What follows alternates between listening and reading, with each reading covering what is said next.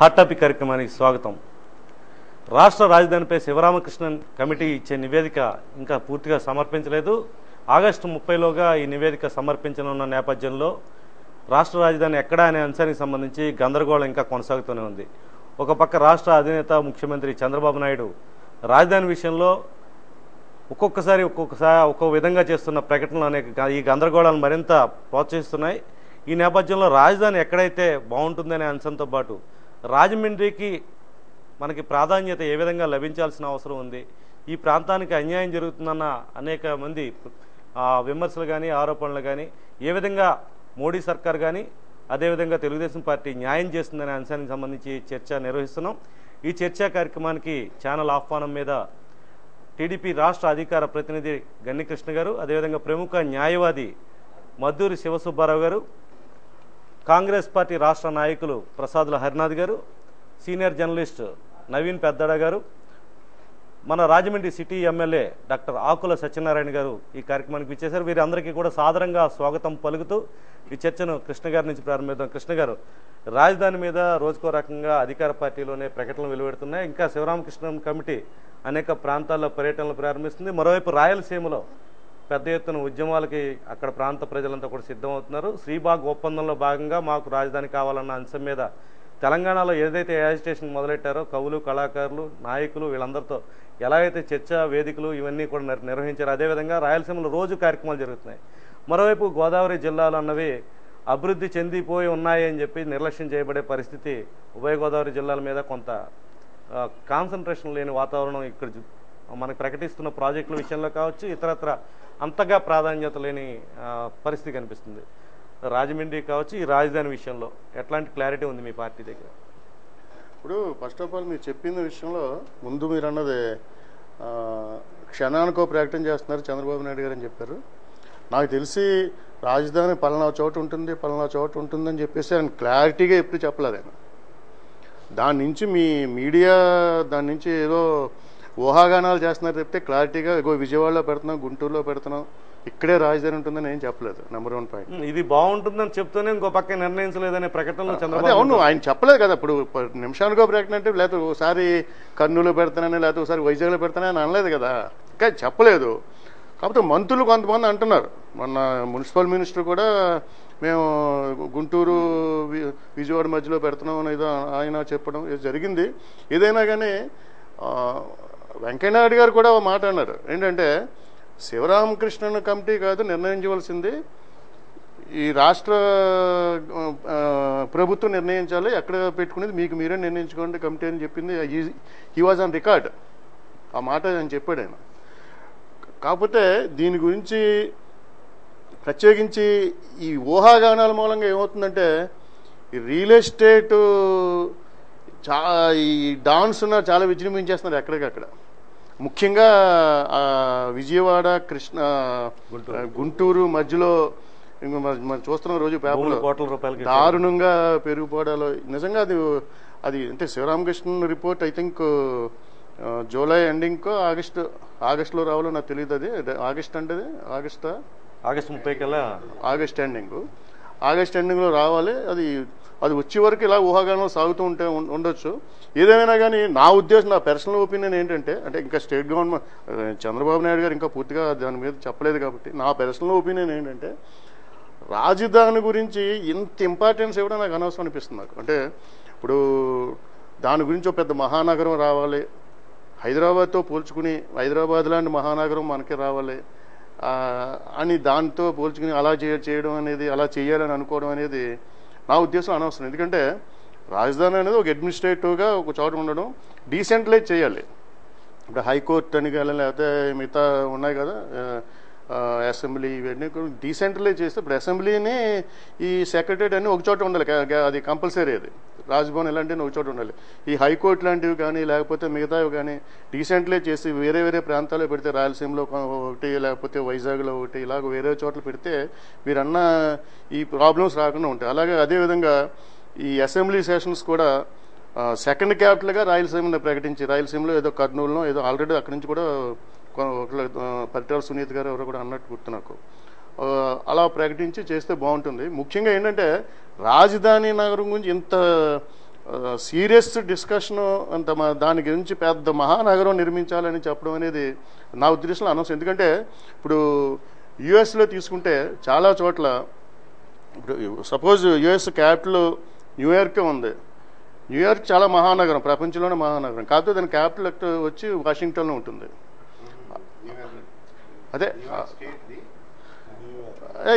ఇప్పుడు Pennsylvania state ఉంది. Pennsylvania స్టేట్లో ఫిలడెల్ఫియా అనేది చాలా పెద్ద సిటీ అది. కానీ ఒక చిన్న మన విజయవాడ లాంటి ఊరు ఉంది. విజయవాడ లాంటి ఊరు అదే హ్యారిస్బర్గ్ లాంటి చిన్న ఊరిలో ఒక క్యాపిటల్ ఉంది. అలా చాలా చోట్ల మన ఆ మధ్యన జయప్రకాష్ నారాయణ గారు కూడా ఇదే మాట అన్నాడు. ఆయన స్టేట్ క్యాపిటల్ గురించి ఇంత ఎంఫసిస్ ఇవ్వడం అనవసరం అని చెప్పేసి. ఈ హైప్ అంతా ఎందుకు వచ్చిందంటే నరేంద్ర మోడీ గారు ఒక కారణం దీనికి. ఎలక్షన్ క్యాన్వాసింగ్ అప్పుడు ఢిల్లీ మహానగరాన్ని మించే క్యాపిటల్ని ఏపీ స్టేట్కి నిర్మిస్తామని చెప్పేసి ఆయన చెప్పారు, తిరుపతి సభలో చెప్పడం. చంద్రబాబు నాయుడు గారు ఆయన కూడా సింగపూర్ అది ఇది అంటాం. దాంతో ఈ హైప్ ప్రజల్లో ఇంత హైప్ వచ్చేసింది. నా ఉద్దేశం, నా పర్సనల్ ఒపీనియన్, ఇంత హైప్ అనవసరం అని చెప్పేసి. నెంబర్ 2 ఇంకోటి ఏంటంటే దీనికోసం విజయవాడ గుంటూరు మధ్యలో లాంటి కోట్లాది రూపాయలు విలువ చేసే భూముల కన్నా దగ్గరలో నూజివీడు దగ్గర గవర్నమెంట్ ల్యాండ్స్ ఉన్నాయి. ఇక్కడ ఆ గవర్నమెంట్ ల్యాండ్స్ వాళ్ళు టేకప్ చేయొచ్చు. అంటే ఇంకా అవ్వలేదు. ఈవేళ లేటెస్ట్ న్యూస్ ఏంటంటే ఇందాకే 2-3 అవర్స్ బ్యాక్ టీవీలో కూడా స్క్రోలింగ్ వచ్చింది. ఏంటంటే స్టేట్ గవర్నమెంట్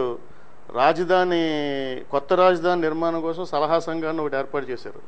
దానికి అడ్వైజరీ బోర్డు చైర్మన్, దానికి అడ్వైజరీ బోర్డు చైర్మన్ కిందేమో మున్సిపల్ మినిస్టర్ నారాయణ, దాంట్లో మెంబర్స్గా అండ్ అఫ్కోర్స్ సుజనా చౌదరి, ఇంకొక ఆయన మన ఎవరో గుంటూరు ఎంపీ గల్లా జయదేవ్, వాళ్ళే కాకుండా బయట వాళ్ళు ఎవరంటే జిఎంఆర్ వాళ్ళు, జీవీకే వాళ్ళు, ఇలాంటి ఇండస్ట్రియలిస్టులు కానీ బిల్డర్స్ కానీ ఇటువంటి వాళ్ళందరూ కూడా దాంట్లో కొంతమంది 2-3 ఇంటర్నేషనల్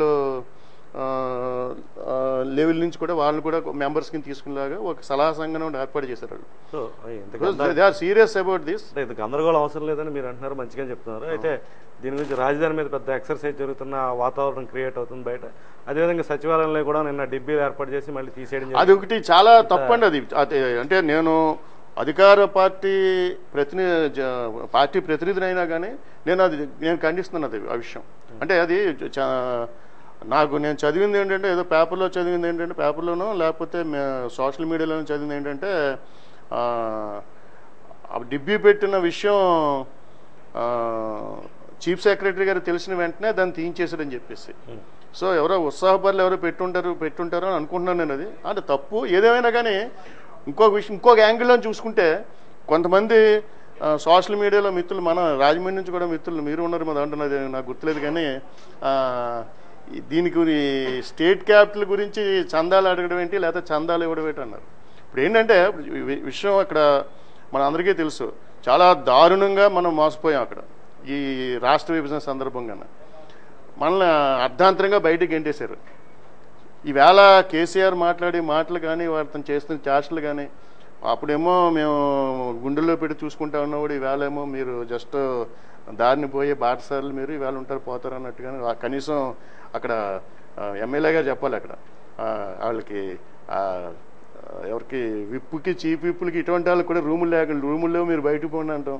లేకపోతే వాళ్ళ అసెంబ్లీలో కూడా కనీసం వాళ్ళకి మినిమం ఎమ్యూనిటీస్ లేకపోవడం, ఇవన్నీ చూస్తుంటే చంద్రబాబు నాయుడు గారు సరే నాకు కుర్చీ కూడా లేదు కూర్చోడానికి అంటున్నాడు ఆయన. ఏదేమైనా కానీ ఇటువంటి పరిస్థితుల్లో మనం దారుణంగా మోసగించబడ్డాం. వారికే అలాంటి పరిస్థితి ఉంటే మోసగించబడ్డాం. కాబట్టి ఏదంటే ఈ పరిస్థితిని ప్రపంచాన్ని తెలియజేయడం కోసం కొంతవరకు ఉపయోగపడుతుంది అది. కాకపోతే ఎల్లకాలం దాని మీద ఉండకూడదు. మనం అయిపోయింది, ఆ చాప్టర్ అయిపోయింది. సో ఇప్పుడు గోదావరి జిల్లాలకు ఎలాంటి ప్రయారిటీ అవుతుంది? గోదావరి జిల్లాలో ముఖ్యంగా మీరు అన్ని ప్రశ్నలు ఒకేసారి అడిగేశారు. మీరు గోదావరి జిల్లాలు కానీ నేను చెప్పింది ముందే చెప్పాను, డీసెంట్రలైజ్ చేయలేదు.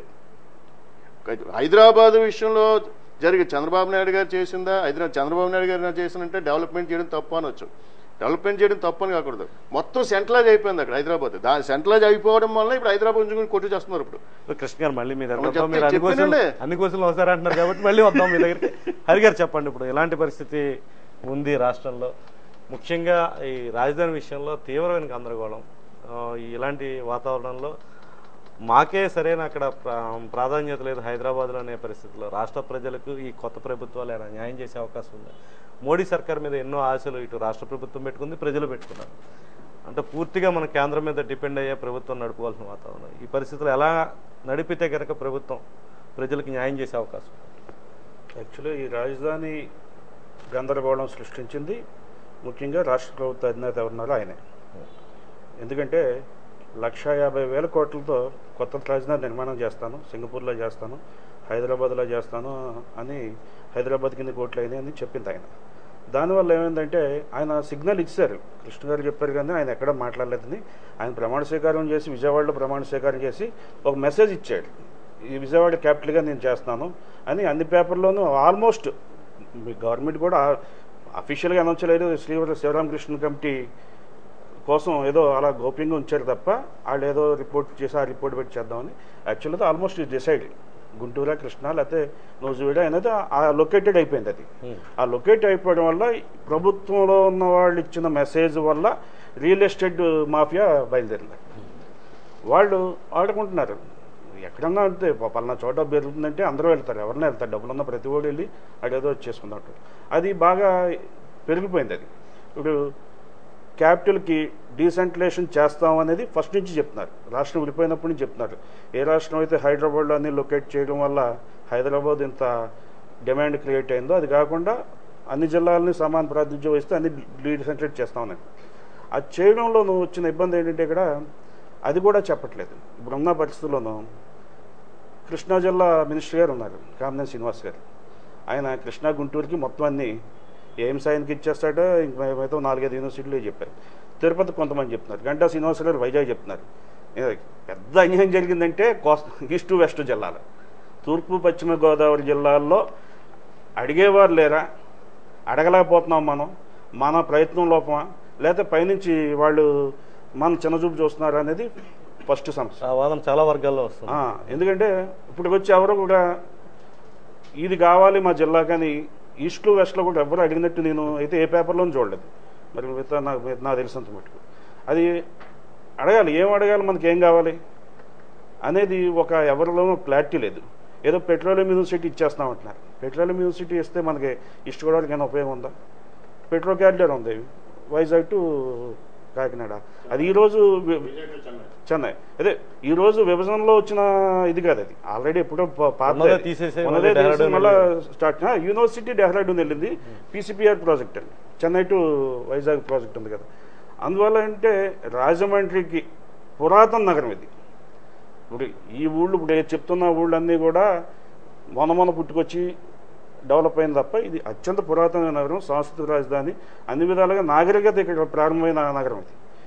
ఈ ప్రాంతాన్ని ప్రజలకి కానీ ఇక్కడ ఉన్న విద్యార్థులకు కానీ ఉన్న నిరుద్యోగులకు కానీ ఉపాధి అవకాశాలు కల్పించే విధంగా ఏ ప్రాజెక్టు మనం తీసుకురాగలం? ఇప్పుడు అదృష్టం కొద్ది ఏంటంటే మనకి బీజేపీ కేంద్ర ప్రభుత్వం ఇందాక పాయింట్ అడిగారు, మోడీ గారి మీదే, మోడీ గారి మీదే బీజేపీ ప్రభుత్వం మీద రాష్ట్ర ప్రభుత్వం మనగలగాలి, మనుగుతుంది, మన పోతుంది కూడా. ఎందుకంటే మోడీ గారు నో అంటే ఇంకేమీ లేదు, ఇక్కడ జీరో. అందుకని మనకు అదృష్టం కొద్ది ఏంటంటే విశాఖలో ఒక ఎమ్మెల్యే, ఈస్ట్ గోదావరిలో ఒక ఎమ్మెల్యే, వెస్ట్ గోదావరిలో ఒక ఎమ్మెల్యే, కృష్ణాలో ఒక ఎమ్మెల్యే, 4 బీజేపీ ఎమ్మెల్యేలు ఉన్నారు. అందులో మనకు మరీ అదృష్టం అంటే రాజమండ్రి మన స్థానికంగా ఉన్న బీజేపీ ఎమ్మెల్యే, ఈయన కూడా పైన మంచి పట్టున్న లీడరే, అందులో తేడా లేదు. సోమవీర్రాజు గారు లాంటి నాయకుడు కూడా. అందుకని మనకేం కావాలి, మన జిల్లాకి ఏం చేయాలి అనేది ఒక ప్లాన్ చేసి ఎమ్మెల్యే నాయకత్వంలో ముందుకెళ్తే రాజమండ్రి చుట్టుపక్కల ప్రజలకి ఈస్ట్ గోదావరికి కూడా న్యాయం చేసిన వాళ్ళు అవుతారని. సుబ్బారావు గారు, ఎట్లాంటి న్యాయం జరగాల్సిన అవసరం ఉంది గోదావరి జిల్లాలకి? రాజధాని విషయంలో ఈ గందరగోళం అంతా ఎందుకంటే గందరగోళానికి కారణం 2 నేషనల్ పార్టీలు, ఒక స్టేట్ పార్టీ హోంవర్క్ చేయకుండా ఎలక్షన్ దృష్టిలో పెట్టుకుని కంగారుగా విభజించడం, అర్ధరాత్రి తలుపులు వేసుకుని వచ్చే ఎలక్షన్ దృష్టిలో పెట్టు. అసలు సొమ్ములు ఎన్ని ఉన్నాయో తెలియదు, పార్టీ నాయకుడికి తెలియదు, ప్రతిపక్ష నాయకుడికి తెలియదు. ఇవాళ గుండెలు కొట్టుకున్నాడు, నాకు ఎంత నష్టం ఉంది, ఎంత డెఫిసిట్ ఉందని. క్యాపిటల్ ఎక్కడ పెట్టాలో అన్నది తేలకుండా విభజన చేస్తూ రీఆర్గనైజేషన్ యాక్ట్ ఏంటి, మిగిలిన స్టేట్లలో అన్నీ ఏం చేశారు, హాయిగా కూర్చొని మాట్లాడిన క్వైట్గా చేశారు. ఇవాళ రోడ్డు మీద పడిచి ఏడుస్తూ ఏరుకోవడానికి ప్రయత్నం అల్లకొల్లడానికి కారణం పూర్తిగా రాజకీయ దురుద్దేశంతో ఎలక్షన్ల ముందు హడావిడిగా 2 నేషనల్ పార్టీలు ఇక్కడ స్టేట్లో ఉన్న పార్టీ ముగ్గురు చేసిన పెద్ద తప్పిదం ప్రజలను అల్లకల్లోగలను ముంచేశారు. ఇప్పుడు సామాన్య మానవులు నిశ్చేజులై చూస్తున్నాడు. శివరామకృష్ణ కమిటీని వేశారు. రేపు ఇదిగో ఇప్పుడు మరి కృష్ణ గారు చెప్పింది నేను ఇవాళ పేపర్లు చదవలేదు, ఇంకోటి ఏదో కమిటీని ఎవరెవరినో వేస్తున్నారు. పేపర్లో ఇప్పుడు అంటే ఇవాళ వచ్చిందంటున్నారు. నాలాంటి వాడిని అయితే నేను నమ్మను. శ్రీకృష్ణ కమిటీ అంత పెద్ద కమిషన్ వేశారు, అంత ఎక్సర్సైజ్ చేశారు, దొంగలా దొక్కేశారు. అందుకని రాజకీయ నాయకులు ఈ కమిషన్లు వీళ్ళు చెప్పినవి ఎక్స్పర్ట్లు చెప్పినవి వింటారంటే నేను నమ్మను. ఈ రాజకీయ నిర్ణయం తీసుకోబోతున్నారు రాజకీయ నాయకులు. ఇద్దరు మాకు చాలా కావాల్సిన మిత్రులే ఇద్దరును. కానీ వాళ్ళకి మళ్ళీ 5 ఏళ్ళ ఎలక్షన్ కొంచెం అంతలో అంత బుర్రలో ఉంటాయి. దాన్ని దృష్టిలో పెట్టుకుని కొన్ని నిర్ణయాలు తీసుకోవాలి. వెనకాల చాలా బలవంతమైన 1000 కోట్లు ఖర్చు అయ్యాయి అన్నారు ఎలక్షన్లో. మళ్ళీ నెక్స్ట్ ఎలక్షన్లకు ఎన్ని 1000 కోట్లు కావాలో, ఏ పార్టీ వెనకాల ఎలాంటి వాళ్ళు ఉండి రియాల్టర్స్ కానీ ఇంకోటి ఎలా స్పాన్సర్ చేయాలో. ఒక చోట నేను ఒక డిస్కషన్ విన్నాను టీవీలో, ఆశ్చర్యపోయాను. ఆయన రాజకీయ విశ్లేషకులు చాలా తెలివైన వాడు. రిలయన్స్ కంపెనీ వారి యొక్క ఇన్ఫ్లుయెన్స్ వల్ల ఎలక్షన్ రిజల్ట్స్ వచ్చాయి, అడ్వర్టైజ్మెంట్ క్యాంపెయిన్ ఎలా చేశారు అని ఒక రాజకీయ విశ్లేషణలు చెప్తే నిజమే కాంబోస్ అనిపించింది. రాబోయే 5 ఏళ్లలో ఇలాంటి డిస్కషన్లు జరుగుతుంటాయి. దీన్ని ఆల్రెడీ దృష్టిలో పెట్టుకుని ఇంపార్టెంట్ ప్లేస్లో ఆల్రెడీ ఇన్వెస్ట్మెంట్లు జరిగి ఉంటాయి, అగ్రిమెంట్లు అయ్యి ఉంటాయి. ఆ అగ్రిమెంట్లను పురస్కరించి నిర్ణయాలు ఉంటాయని నేను అనుకుంటున్నాను. అంటే ఇది దేనికి ఉన్నవాళ్ళ మీద నమ్మకం లేక కాదు, గతం ఈ మధ్యన జరిగిందాన్ని దృష్టిలో పెట్టుకుని నిర్ణయాల కారణాలు వేరు. ప్రజల యొక్క సౌభాగ్యం ఒక్కటి కాదు, ప్రజల యొక్క సౌలభ్యం ఒక్కటి కాదు రాజకీయ నిర్ణయాలు. ఇంకో సరే అయ్యింది ఏదో అయింది, మనం కామన్ మ్యాన్ ఎలాగో అనుభవించవలసిన వాళ్ళు అనుభవిస్తాం. నాకు హైదరాబాద్లో రాజధాని ఉన్నా ఒకటే, విజయవాడలో ఉన్నా ఒకటే, ఇంకో చోట ఉన్నా ఒకటే. ఈ అడ్మినిస్ట్రేటివ్ సిస్టము కరప్షన్ లేకుండా జరగకపోతే ఏ ఊళ్ళో ఉన్నా నా చెప్పులు అరిగిపోయేలా తిరగాలి, సామాన్య మానవుడికి అందుబాటులో. గతంలో మీరు రాజమండ్రిలో హైకోర్టు కోసం కూడా పోరాటం చేసిన నా సబ్జెక్ట్ కాబట్టి వస్తాను, నా సబ్జెక్ట్ కాబట్టి కూడా కనీసం మనకి ఇది రాజకీయ నాయకుల చేత నడపబడే పొలిటికల్ ఎగ్జిక్యూటివ్ పరిస్థితి అలాగుంటే ఆ రకమైనది దురదృష్టం జ్యుడిషియరీలో కూడా ఉంది. జ్యుడిషియరీలో ఏమని పెట్టారు, జస్టిస్ ద డోర్ స్టెప్స్ అన్నారు. మహానుభావుడు ఎన్టీ రామారావు చాలా గొప్ప గొప్ప సంస్కరణలు తీసుకొచ్చారు. రెవెన్యూ అడ్మినిస్ట్రేషన్లో మండల వ్యవస్థను తీసుకొచ్చారు, మంచి పని చేశారు. ఆయన పంచాయతీ లెవెల్లో కోర్టులు పెట్టాలన్నారు. ఇంటికి వెళ్ళి వాడి తగు ఏంటో విని అక్కడికక్కడ తగు చెప్పడానికి తీర్మానం చేయడానికి చట్టం తీసుకొచ్చారు. మేము ప్లేడర్లో ఏవో కారణాల వల్ల అపోజ్ చేసాం. తర్వాత జిల్లా కోర్టులని జిల్లా జడ్జి జిల్లా హెడ్ క్వార్టర్స్లో ఉండడం అక్కర్లేదు, ఇంకా వేరే చోట్ల కూడా ఉండాలని జస్టిస్ ద డోర్ స్టెప్స్ మీద ముక్కలు చేసి జ్యుడిషియల్ డిస్ట్రిక్ట్లను ముక్కలు చేసేసారు. ఒక డిస్ట్రిక్ట్ ఉండేది 3-4 చోట్ల అడిషనల్ జిల్లా కోర్టులు పెట్టారు. దానివల్ల ఏమిటంటే తప్పలేదు, నిజమే, ప్రజలకి చాలా సులువుగా న్యాయం దొరుకుతుంది. కాకపోతే ఏమిటంటే ఆ డిగ్నిఫైడ్ స్టేటస్ ఉన్న డిస్ట్రిక్ట్ కోర్టుని నువ్వు ఆల్మోస్ట్ ఆల్ పోలీస్ స్టేషన్ లెవెల్కి తీసుకెళ్ళిపోతే ఆ గౌరవం కానీ ఆ ప్రతిష్ట కానీ ఆ రకమైన ఇది కానీ లేదు అని ఒక వాదన. ఇదే వాదనని హైకోర్టును ముక్క చేసి 3 చోట్ల పెట్టబోయే 2 చోట్ల పెట్టమంటే వాదన చెప్తున్నారు.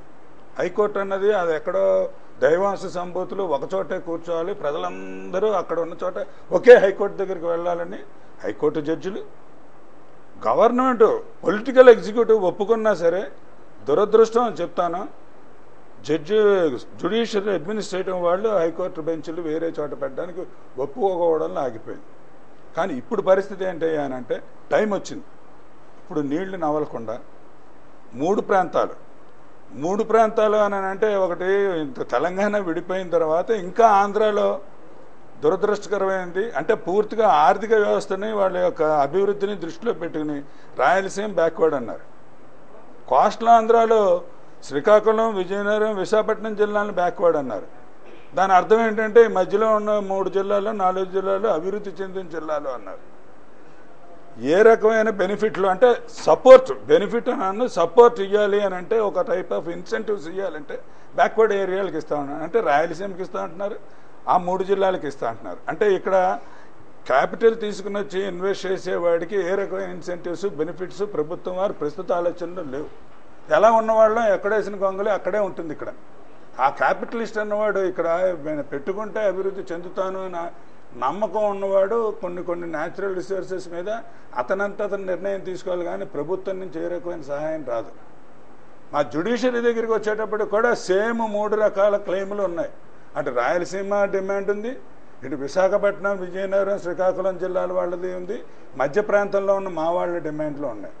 మాలాంటి వాళ్ళు ఏంటంటే ఏం చెప్తామంటే, ఇప్పుడు జ్యుడిషియరీ హైకోర్టు స్ట్రెంగ్త్ ఇంకా నిర్ణయించబడలేదు. రేపు విడిపోతే ఆంధ్ర ఏరియాకి అంటే కోస్టల్ ఆంధ్ర అండ్ రాయలసీమకి ఎంతమంది జడ్జిలు ఉండాలి, తెలంగాణ ఏరియాకి హైకోర్టు విడిపోయినప్పుడు దానికి ఎంతమంది జడ్జిలు ఉండాలి, స్ట్రెంగ్త్ డిసైడ్ అవ్వలే.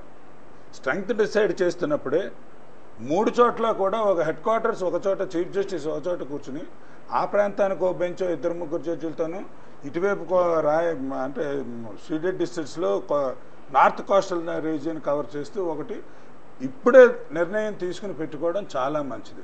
ఒక చోటకి వాళ్ళని చేర్చి మళ్ళీ ముక్కలు చేయాలి అని అన్నది మానసికంగా జడ్జిలు ఒప్పుకోరని నా నమ్మకం. అందుకని ఇప్పుడు చేయవలసిన అవసరం అగత్యం ఎంతైనా ఉంది.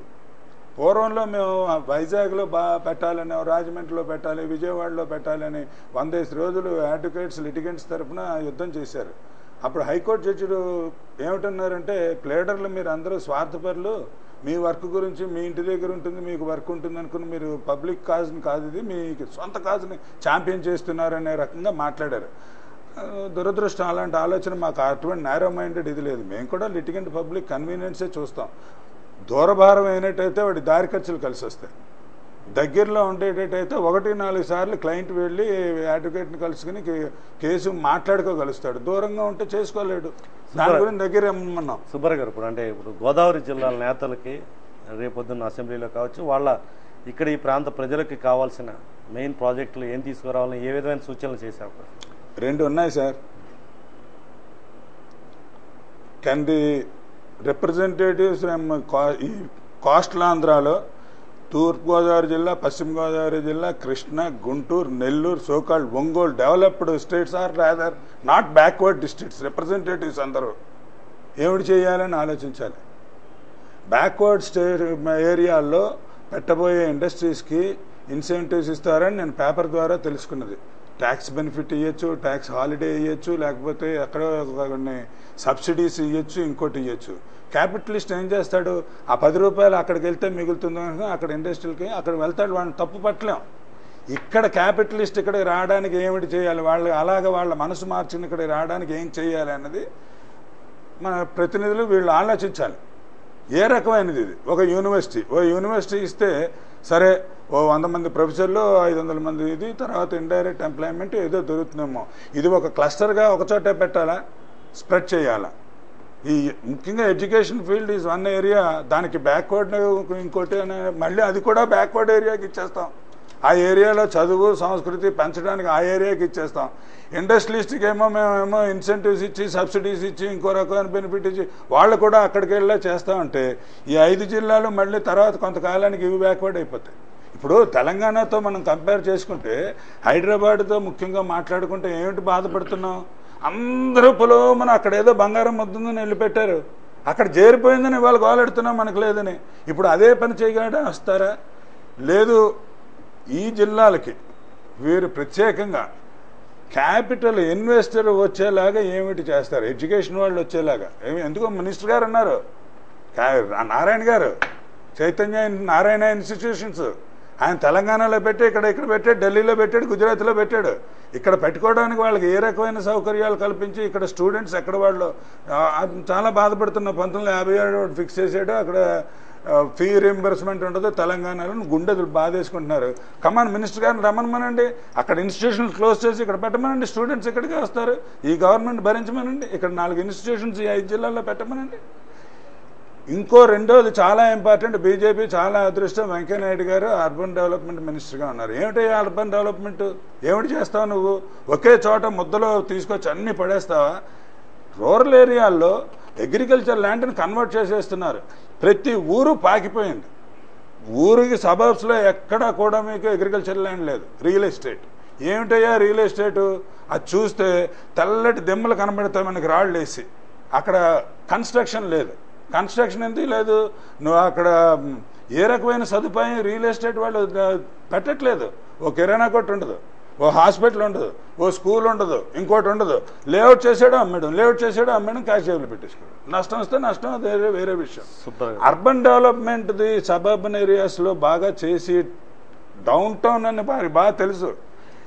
ఏ వర్కింగ్ ప్లేసు అడ్మినిస్ట్రేటివ్ ఇది ఒక చోట, నివాసాలు దానికి ఆ ఏరియాకి దూరంగా నివాసయోగ్యమైన ఈ పరిస్థితులు.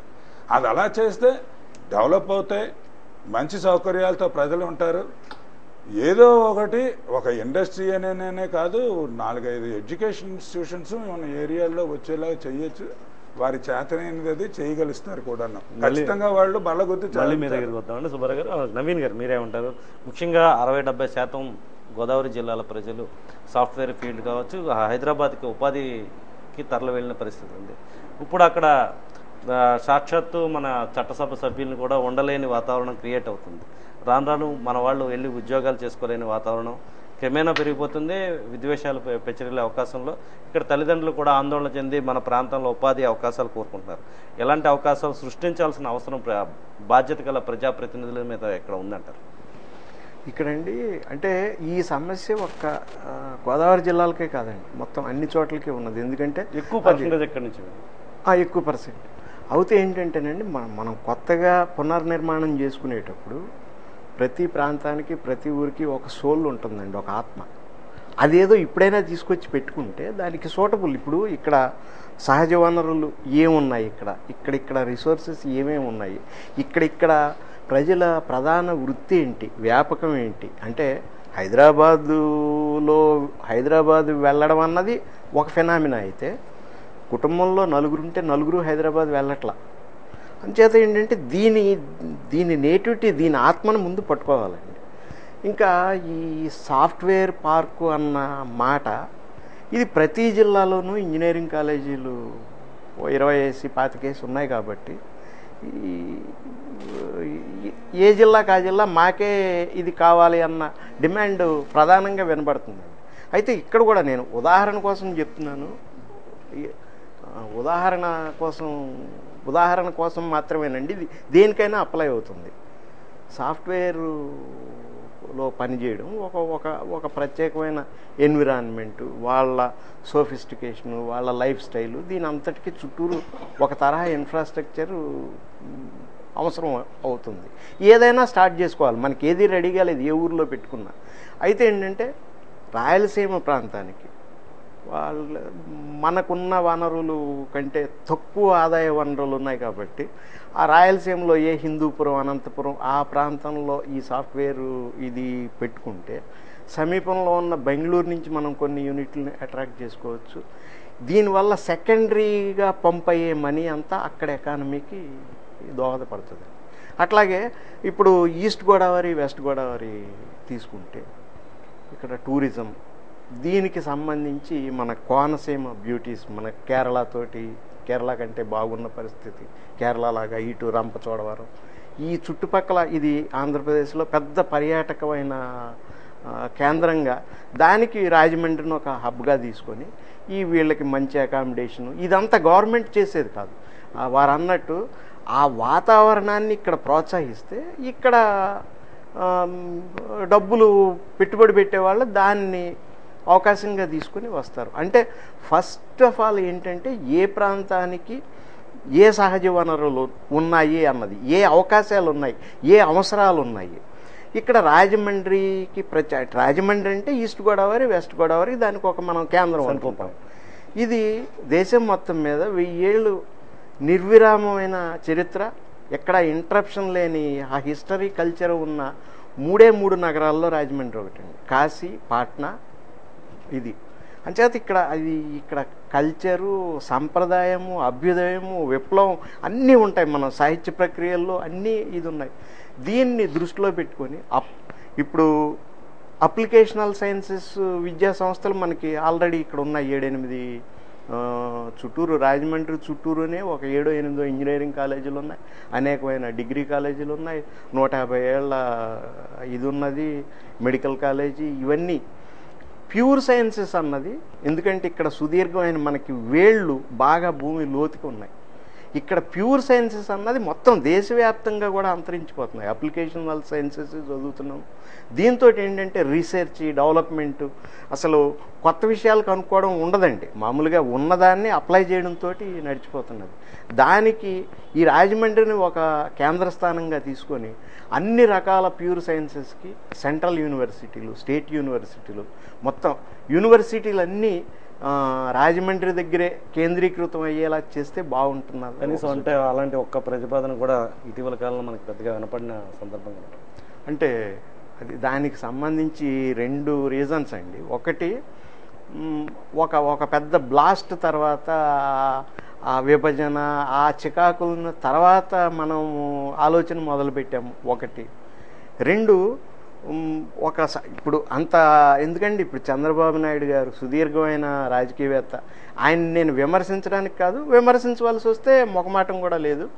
ఏంటంటే ఆయన ఈ రాజధాని విషయంలో ఏదో తుమ్ముకొని చిరంజీవి అనుకున్నట్టు అయిందండి ఇవాళ వరకు చూసిన పరిణామాలు.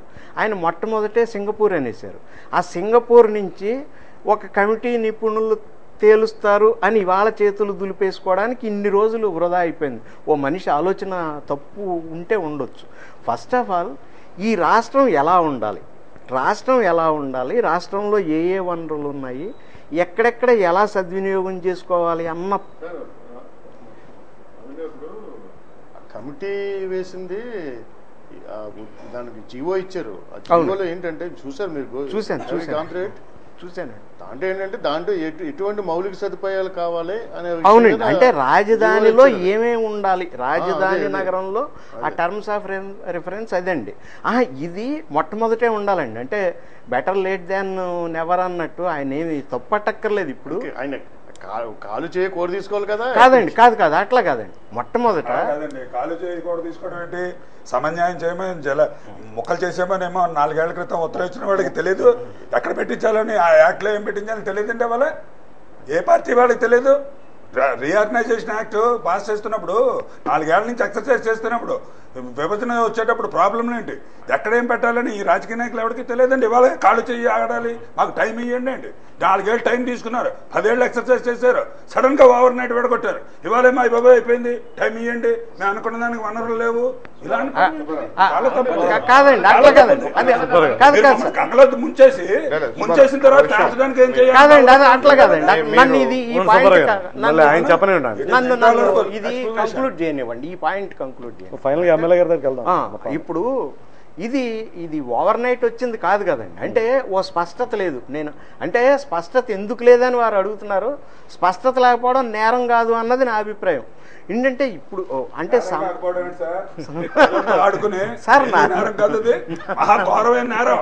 ప్రజలు అలజడి చెందుతున్నారు. ఈ రోజున అక్కడికి వెళ్ళి పని చేయించుకోలేదు, ఏంటి ఇప్పుడు అది చూసే జనరేషన్ సర్వనాశనం చేశారు. అవునండి. అది చూసిన దృష్టిని పెట్టండి. బీజేపీ వారి దగ్గర రాష్ట్రం ఎట్లా ఉండాలి ఏంటి అన్నది, రాష్ట్రం ఎలా ఉండాలి, రాజధాని అంటే ప్లేస్ అని కాదు, ఒక థియరిటికల్ బ్లూ ప్రింట్ అన్నది బీజేపీ వాళ్ళ దగ్గర చాలా క్లియర్ పిక్చర్ ఉన్నదండి. అయితే ఏంటంటే మళ్ళీ ఇక్కడ పొలిటికల్ ఈక్వేషన్స్ ఇవన్నీ ఉంటాయి. ఇక్కడ పరిపాలించవలసింది వీరు, ఇక్కడ వారు జోక్యం చేసుకోరు, అడిగితే సలహా ఇస్తారు, వారి దగ్గర రెడీగా ఉంది. అది వీరు గ్రహించేటప్పటికి లేట్ అయింది. అంటే ఇవన్నీ between the lines as news మ్యాన్గా నాకు ఆ ఇన్ఫరెన్స్ నుంచి నాకు అర్థమవుతున్న విషయాలండి. ఓకే మళ్ళీ ఎమ్మెల్యే గారు మీరు చెప్పండి. మీ మీద ఎప్పుడూ నేను అనుకోలేదు. తొలిసారిగా మా స్టూడియో ఎమ్మెల్యేగా వచ్చారు, స్వాగతం పలుకుతాం. మీకు నెక్స్ట్ చాలా హోప్స్ మీ మీద ఉన్నాయి, మీ పార్టీ మీద ఉన్నాయి. మీ పార్టీ ఆధారంగా ఇక్కడ తెలుగుదేశం ప్రభుత్వం పరిపాలన సాగించాలన్న పరిస్థితి చక్కగా మనకి కృష్ణ గారు సూచన చేయడం జరిగింది. సుబ్బారావు గారు చెప్పారు, నవీన్ గారు చెప్పారు. అదేవిధంగా హరినాథ్ గారు ముఖ్యమైన పాయింట్ చెప్పారు. ఉభయ గోదావరి జిల్లాల్లో ఉన్న ప్రజాప్రతినిధులు సరైన షౌట్ చేయట్లేదు, అక్కడ సరైన ఫైట్ చేయట్లేదు. దీని కారణంగా అనేక ప్రాజెక్టుల విషయంలో కొంత నిర్లక్ష్యానికి సెంట్రల్లో కావచ్చు, స్టేట్లో కానీ వెనకబాటుకు గురవుతున్న ఈ ప్రాంతాలు అన్నది ప్రధానమైన పాయింట్. ఇంకా రాష్ట్ర రాజధాని అంశం పక్కన పెడితే దీనికి సంబంధించి మీరు ఇక ముందు ఏ విధమైన పోరాటం అసెంబ్లీ వేదికగా చేయనున్నారు? మీరు చేస్తున్న ఎక్సర్సైజ్ ఏంటి? రాజమండ్రికి ఎలాంటి ప్రాధాన్యత కల్పించాలని మీ డ్రీమ్ ప్రాజెక్ట్స్లో ఉంది?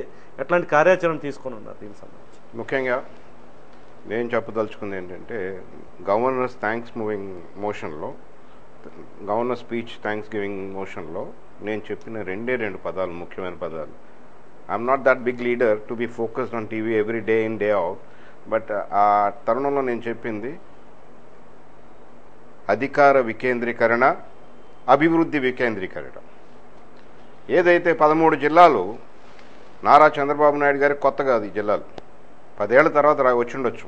ఈ జిల్లాలు కొత్త కాదు, జిల్లాలో ఉన్న ప్రాబ్లమ్స్ కొత్త కాదు.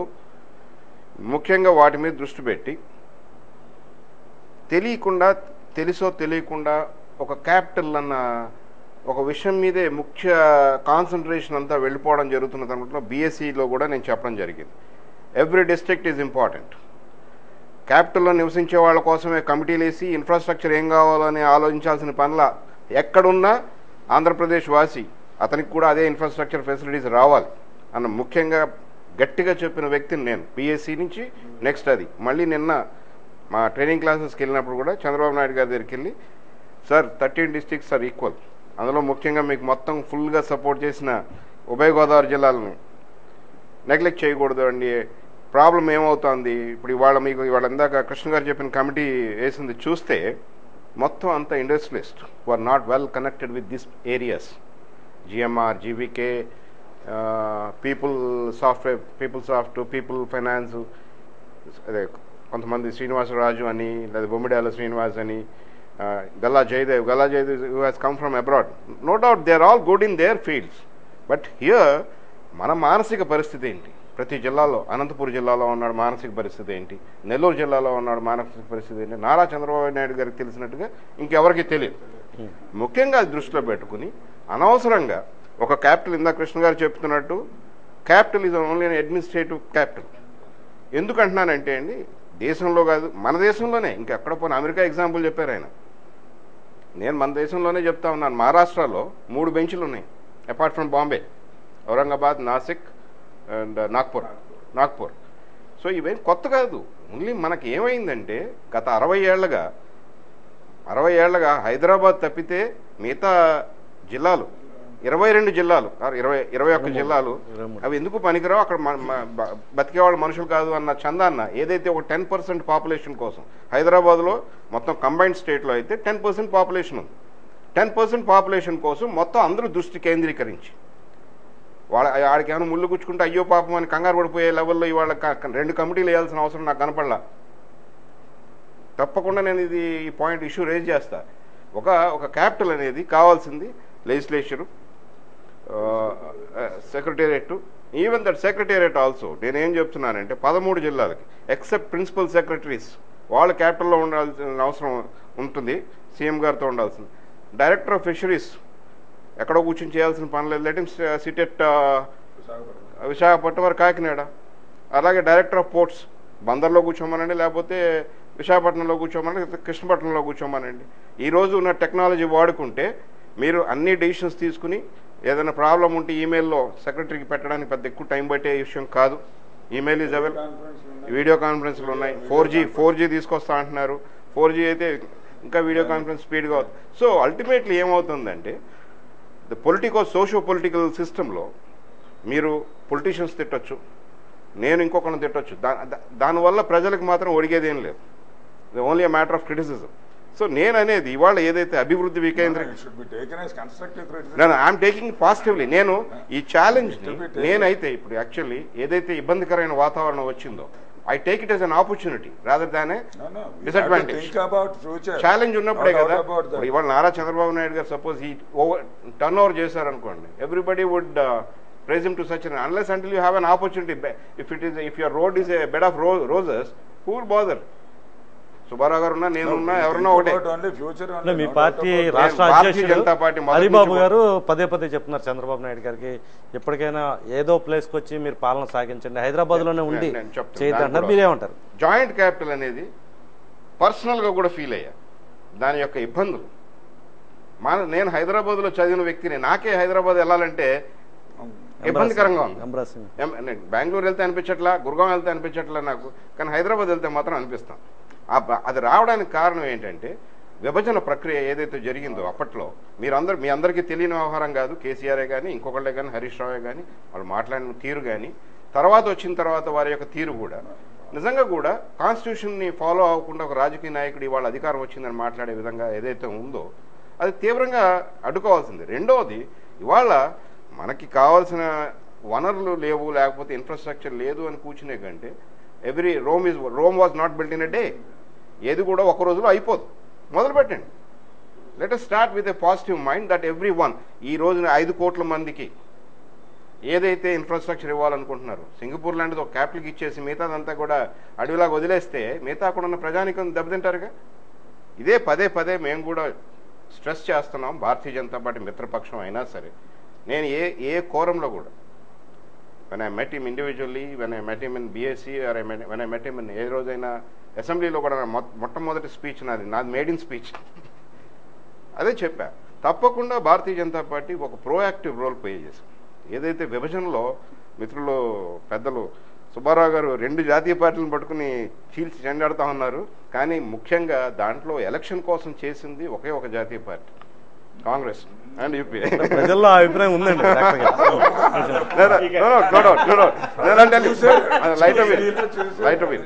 చెప్పేది అది. కానీ ఈ రోజున ఏదైతే ఒక ప్రణాళికబద్ధం గుజరాత్ చూస్తున్నాం, గుజరాత్లో గాంధీనగర్ చూస్తున్నాం, అహ్మదాబాద్ చూస్తున్నాం, లేదా సూరత్ చూస్తున్నాము, అదర్ టౌన్స్ చూస్తున్నాం, తమిళనాడు చూస్తూ ఉన్నాం. Every place is develop. ఇప్పుడు ఇందాక మిత్రులు ఇక్కడ ఈ ప్రాంతం యొక్క ఆత్మ కనుక్కోవాలన్నారు. ఎస్, వస్తున్నాను దానికి. ఈ ప్రాంతం యొక్క ఆత్మని ఎడ్యుకేషన్ పరంగా కానీ, గోదావరి జిల్లాలో కాంపోజిట్ మెడ్రాస్ స్టేట్ విడిపోయినప్పుడు కూడా 160 ఏళ్ల క్రితం కూడా గవర్నమెంట్ ఆర్ట్స్ కాలేజ్ ఈ ప్రాంతం మొత్తానికి ఇది ఒకటే కాలేజ్. అటువంటి విద్య అంటే ఈ భూమిలో ఉందో, ఈ నీరులో ఉందో మనం కనుక్కోగలిగితే డెఫినెట్గా we can give facilities.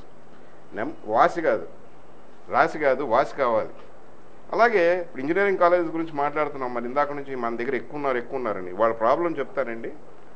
Engineering college గ్రాడ్యుయేట్స్లో 100 మంది పాస్ అయితే 18.2% they are capable of doing some job. BCom graduation చేసి మన ఆర్ట్స్ కాలేజ్లో చదివిన వాళ్ళు 34% they are capable of doing job. అంటే the quality of education is also equally important. అంటే దాంట్లో విఫలమైంది ప్రభుత్వం అనే చెప్పాలి కదా. ప్రభుత్వం, ప్రజలు కూడా ప్రతిదానికి ప్రభుత్వమే కాదు, ప్రభుత్వం వచ్చి స్టాండర్డ్స్ ఇంప్లిమెంట్ చేయలేకపోతున్నారు కదా. స్టాండర్డ్స్ ఇంప్లిమెంట్ చేసే ముందు ప్రజలు కూడా వాళ్ళు ఆలోచించాల్సింది ఏంటంటే ఈ కాలేజీలో స్టాండర్డ్ లేదు, మా పిల్లల్ని జాయిన్ చేస్తున్నా, ఎక్కడ రాలేదు కానీ ఇక్కడ జాయిన్ చేస్తా అన్న కాంప్రమైజ్ కాదు కదా. వాడు ఇంకో దగ్గర వాడు నిష్ణాతుడు అయ్యే అవకాశం ఉన్నప్పుడు వాడు అందులో జాయిన్ చేయట్లే. సో ఇవన్నీ దృష్టిలో పెట్టుకుని గోదావరి జిల్లాల కోసం ఏదైతే మేము మాట్లాడుతున్నామో, ఈ రోజు వరకు మేము ప్రెస్కి మాట్లాడలా, మేము చేసే ప్రయత్నం పూర్తిగా చేస్తూ ఉన్నాము.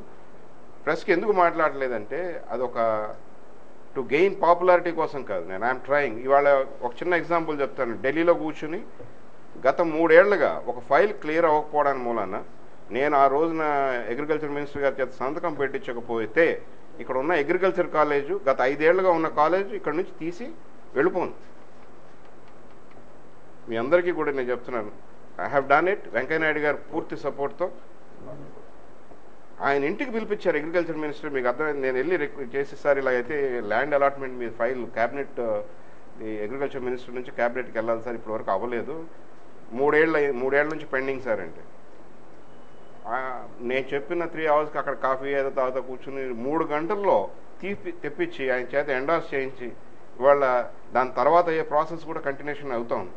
ఇక్కడ చెప్పేది అందరూ కూడా ఇదే విధమైన ఇనిషియేషన్ తీసుకుని మీరు ఎలాంటి ప్రాజెక్టులు తీసుకురానున్నారు మేము ఎక్కువ ఇప్పుడు ఏదో ప్రెస్కి వచ్చి రోజు చెప్పవచ్చు నాకు ఈ యూనివర్సిటీ కావాలా, ఆ యూనివర్సిటీ కావాలి. మాకు ఇక్కడ కావాల్సిన, నేను నిన్న కూడా మా చంద్రబాబు నాయుడు గారితో మాట్లాడినప్పుడు సెంట్రల్ గవర్నమెంట్ ఇచ్చే 11 ఇన్స్టిట్యూషన్స్లో ఒక ఇన్స్టిట్యూషన్ కంపల్సరీగా రాజమండ్రి కేంద్రంగా ఉభయ గోదావరి జిల్లాలకు ఉపయోగపడే విధంగా కావాలండి అని అడగడం జరిగింది. ఆయన కూడా ఏంటంటే మీకు అక్కడే చిన్న ఇష్యూ వస్తాను, చెట్టు ముందా విత్తు ముందా అని. మీకు ఇన్ఫ్రాస్ట్రక్చర్ లేదు, మీ ఎయిర్పోర్ట్ చిన్నది, ఇవన్నీ సార్ అది వస్తే ఇది వస్తుంది. ఇప్పుడు ఇది ఒక్కటే ఇది ముందు చేయాలంటే మీకు ఏం అవసరం ఉంది అంటున్నారు. ట్రాఫిక్ ఉండదు. మీకు అంటే 100 స్మార్ట్ సిటీలు డెవలప్మెంట్ లో మీకు హామీ ఇచ్చారు. మీరు రాజమండ్రి కూడా మీరు పర్సనల్ గా వాగ్దానం చేయడం జరిగింది ప్రజలకి. తప్పకుండా దాని మీద రాజమండ్రి ఉంటుంది. 100 సిటీల్లో రాజమండ్రి ఉంటుంది ఉంటుంది ఉంటుంది. ప్రజలకు తెలియట్లేదు. స్మార్ట్ సిటీ అంటే అండి గవర్నెన్స్ లో టెక్నాలజీ వాడుకుంటా, ఆఫీసుల చుట్టూ తిరగకుండా, ఏదైతే వైఫై ఎనేబుల్డ్ కానీ లేకపోతే ఇవన్నీ కూడా చేస్తూ మౌలిక సదుపాయాలు అనేది స్టాండర్డైజ్ చేసి, బేసిక్ ఇన్ఫ్రాస్ట్రక్చర్ మౌలిక సదుపాయాలు స్టాండర్డైజ్ చేసి. ఇప్పుడు డ్రైనేజ్ సిస్టమ్ ఉందండి. డ్రైనేజ్ సిస్టమ్ అనేది it has to be underground and it has to go through S STP. Only treated water should come out. మన పేరుకి పట్టణం ఈరోజు 10 ఏళ్ళకి 12 రాజమండ్రిలో ఎక్స్పెరిమెంట్ అయిపోయి ఒక 6 కోట్ల రూపాయలు తగలేసారు. దానికి కూడా దానికి చెప్తాను, చెప్తాను వినండి. అది మూసేసారు. నాకు ఒకసారి ఇస్తే చెప్తాను. ఒక పైలట్ ప్రాజెక్ట్ కింద 12 ఏళ్ల క్రితం పుష్కరాల టైంలో హడావుడిగా చేసి మీకు ఇంకా 6 కోట్లు తగలేశారన్నారు. దాని ఇంకో స్టోరీ చెప్తే ఇంకా మీకు చాలా బాధ కలుగుతుంది. నేను చెప్తా ఉన్నా, ఈ రోజుకి అది కనెక్షన్ ఇవ్వాల. మన దగ్గర ఎస్టీపీ కూడా ఉంది. ఎస్టీపీ ఉన్నదానికి ఎస్టీపీ ఎందుకు పనిచేయట్లేదంటే దానికి కావాల్సినంత కెపాసిటీ 30 MLD కానీ 15 MLD వస్తుంది. అంటే ఈ గత 12 ఏళ్లుగా ఎస్టీపీ కట్టాము 10 కోట్లు 12 కోట్లు పెట్టి. ఆ ఎస్టీపీకి డైవర్ట్ చేయడానికి కూడా మనం ఒక ప్లానింగ్ లేదు గత 10 ఏళ్లుగా. ఈ డ్రైనేజ్ సిస్టమ్ ఏదైతే ఉందో అక్కడికి డైవర్ట్ చేయాలి, ఈ కనెక్టివిటీ ఇవ్వాలి. ఇప్పుడు ఇన్ఫ్రాస్ట్రక్చర్ పెట్టారు, డ్రైనేజ్ సిస్టమ్, మీ ఇంటికి కనెక్షన్ ఇవ్వలేదు, ఇంకో ఇంటికి కనెక్షన్ ఇవ్వాల. ఎందుకు ఆ 6 కోట్లే కాదు 2,80,00,000కి ఈ రోజుకి కూడా మున్సిపల్ కార్పొరేషన్ వడ్డీ కడతాం దానికి, లోన్ తీసుకుని. అది ఎందుకు పనికి రాకుండా అలా భూమిలో పడుంది. కనెక్షన్ ఇవ్వడానికి వాళ్ళకి చేయలే. ఎక్కడంటారు దాంట్లో లోపం? ఎగ్జాక్ట్లీ టెక్నికల్ ఇదా? టెక్నికల్ మోర్ పొలిటికల్ ఇది కాబట్టి. Not that I'm against. I have great faith in democracy, judiciary. ఎక్కడ failure? Political executive sitting at highest level, national లెవెల్లో కానీ పర్టికులర్లీ స్టేట్ లెవెల్లో కానీ they don't have faith in local leaders. నేను మేయర్ని elect చేసుకుంటున్నా, కార్పొరేటర్స్ని ఎలక్ట్ చేసుకుంటున్నా, పంచాయతీలోకి వెళ్ళేటప్పుడు సర్పంచ్ని ఎలక్ట్ చేసుకుంటున్నారు, మెంబర్ని ఎలక్ట్ చేసుకుంటున్నారు. అక్కడ చీపురు కొనాలని అంటే స్టేట్ గవర్నమెంట్కి 6 ఫైళ్ళు 6 నుంచి ఫైలు పైకి వెళ్ళి సీఎం గారు సంతకం పెట్టే పరిస్థితుల్లో ఉన్నాం. Political leaders why they are not allowing the local leaders to take charge of the situations, attend to matters of this nature. ఇప్పుడు 6 కోట్లు ఖర్చు పెట్టింది 12 ఏళ్ల నుంచి జరగలేదు అంటే లోపం ఎక్కడ? పొలిటికల్ ఎగ్జిక్యూటివ్, ఇంజనీర్లదా తప్పు? ఈ వేదిక మీద నుంచి గతంలో ఒకసారి సమైకేంద్ర ఉద్యమం టైంలో ఒకసారి చెప్పా, ఫైళ్లు పెట్టుకుని వెళ్ళడం మన వాళ్ళకి నామోషేమో అని. నేను అది ఆ రోజున అన్నాను. నేను ప్రజలకు సంబంధించిన ఫైళ్లు పెట్టుకుని వెళ్తే ఎందుకు అవ్వ పనులని ఇదే వేదికలో అన్నాను. నేను అగ్రికల్చర్ కాలేజ్ తీసుకొచ్చింది, నా దగ్గర ఉన్న ఫైల్స్ అన్నీ కూడా ఆ ఫైల్సే. ఒక ఫైల్ అది, రెండో ఫైల్ ఆర్ట్స్ కాలేజ్ రాష్ట్రీయ ఉच्चतर శిక్షా అభియాన్లో యూనివర్సిటీ స్టేటస్కి ఛాన్స్ ఉంది మన కాలేజ్కి, ఆర్ట్స్ కాలేజ్కి యూనివర్సిటీ స్టేటస్కి. దానివల్ల యూజీసీ గ్రాంట్స్ వస్తాయి దానికి. ఆ ఫైల్ పట్టుకెళ్ళాం. ఈ ఫైల్ పట్టుకెళ్ళాను కాబట్టి వాళ్ళు సంతకం పెట్టారు. మీరు ఫైల్ పట్టుకెళ్లకుండా ఉంటే వాళ్ళు ఎక్కడ సంతకం పెడతారు?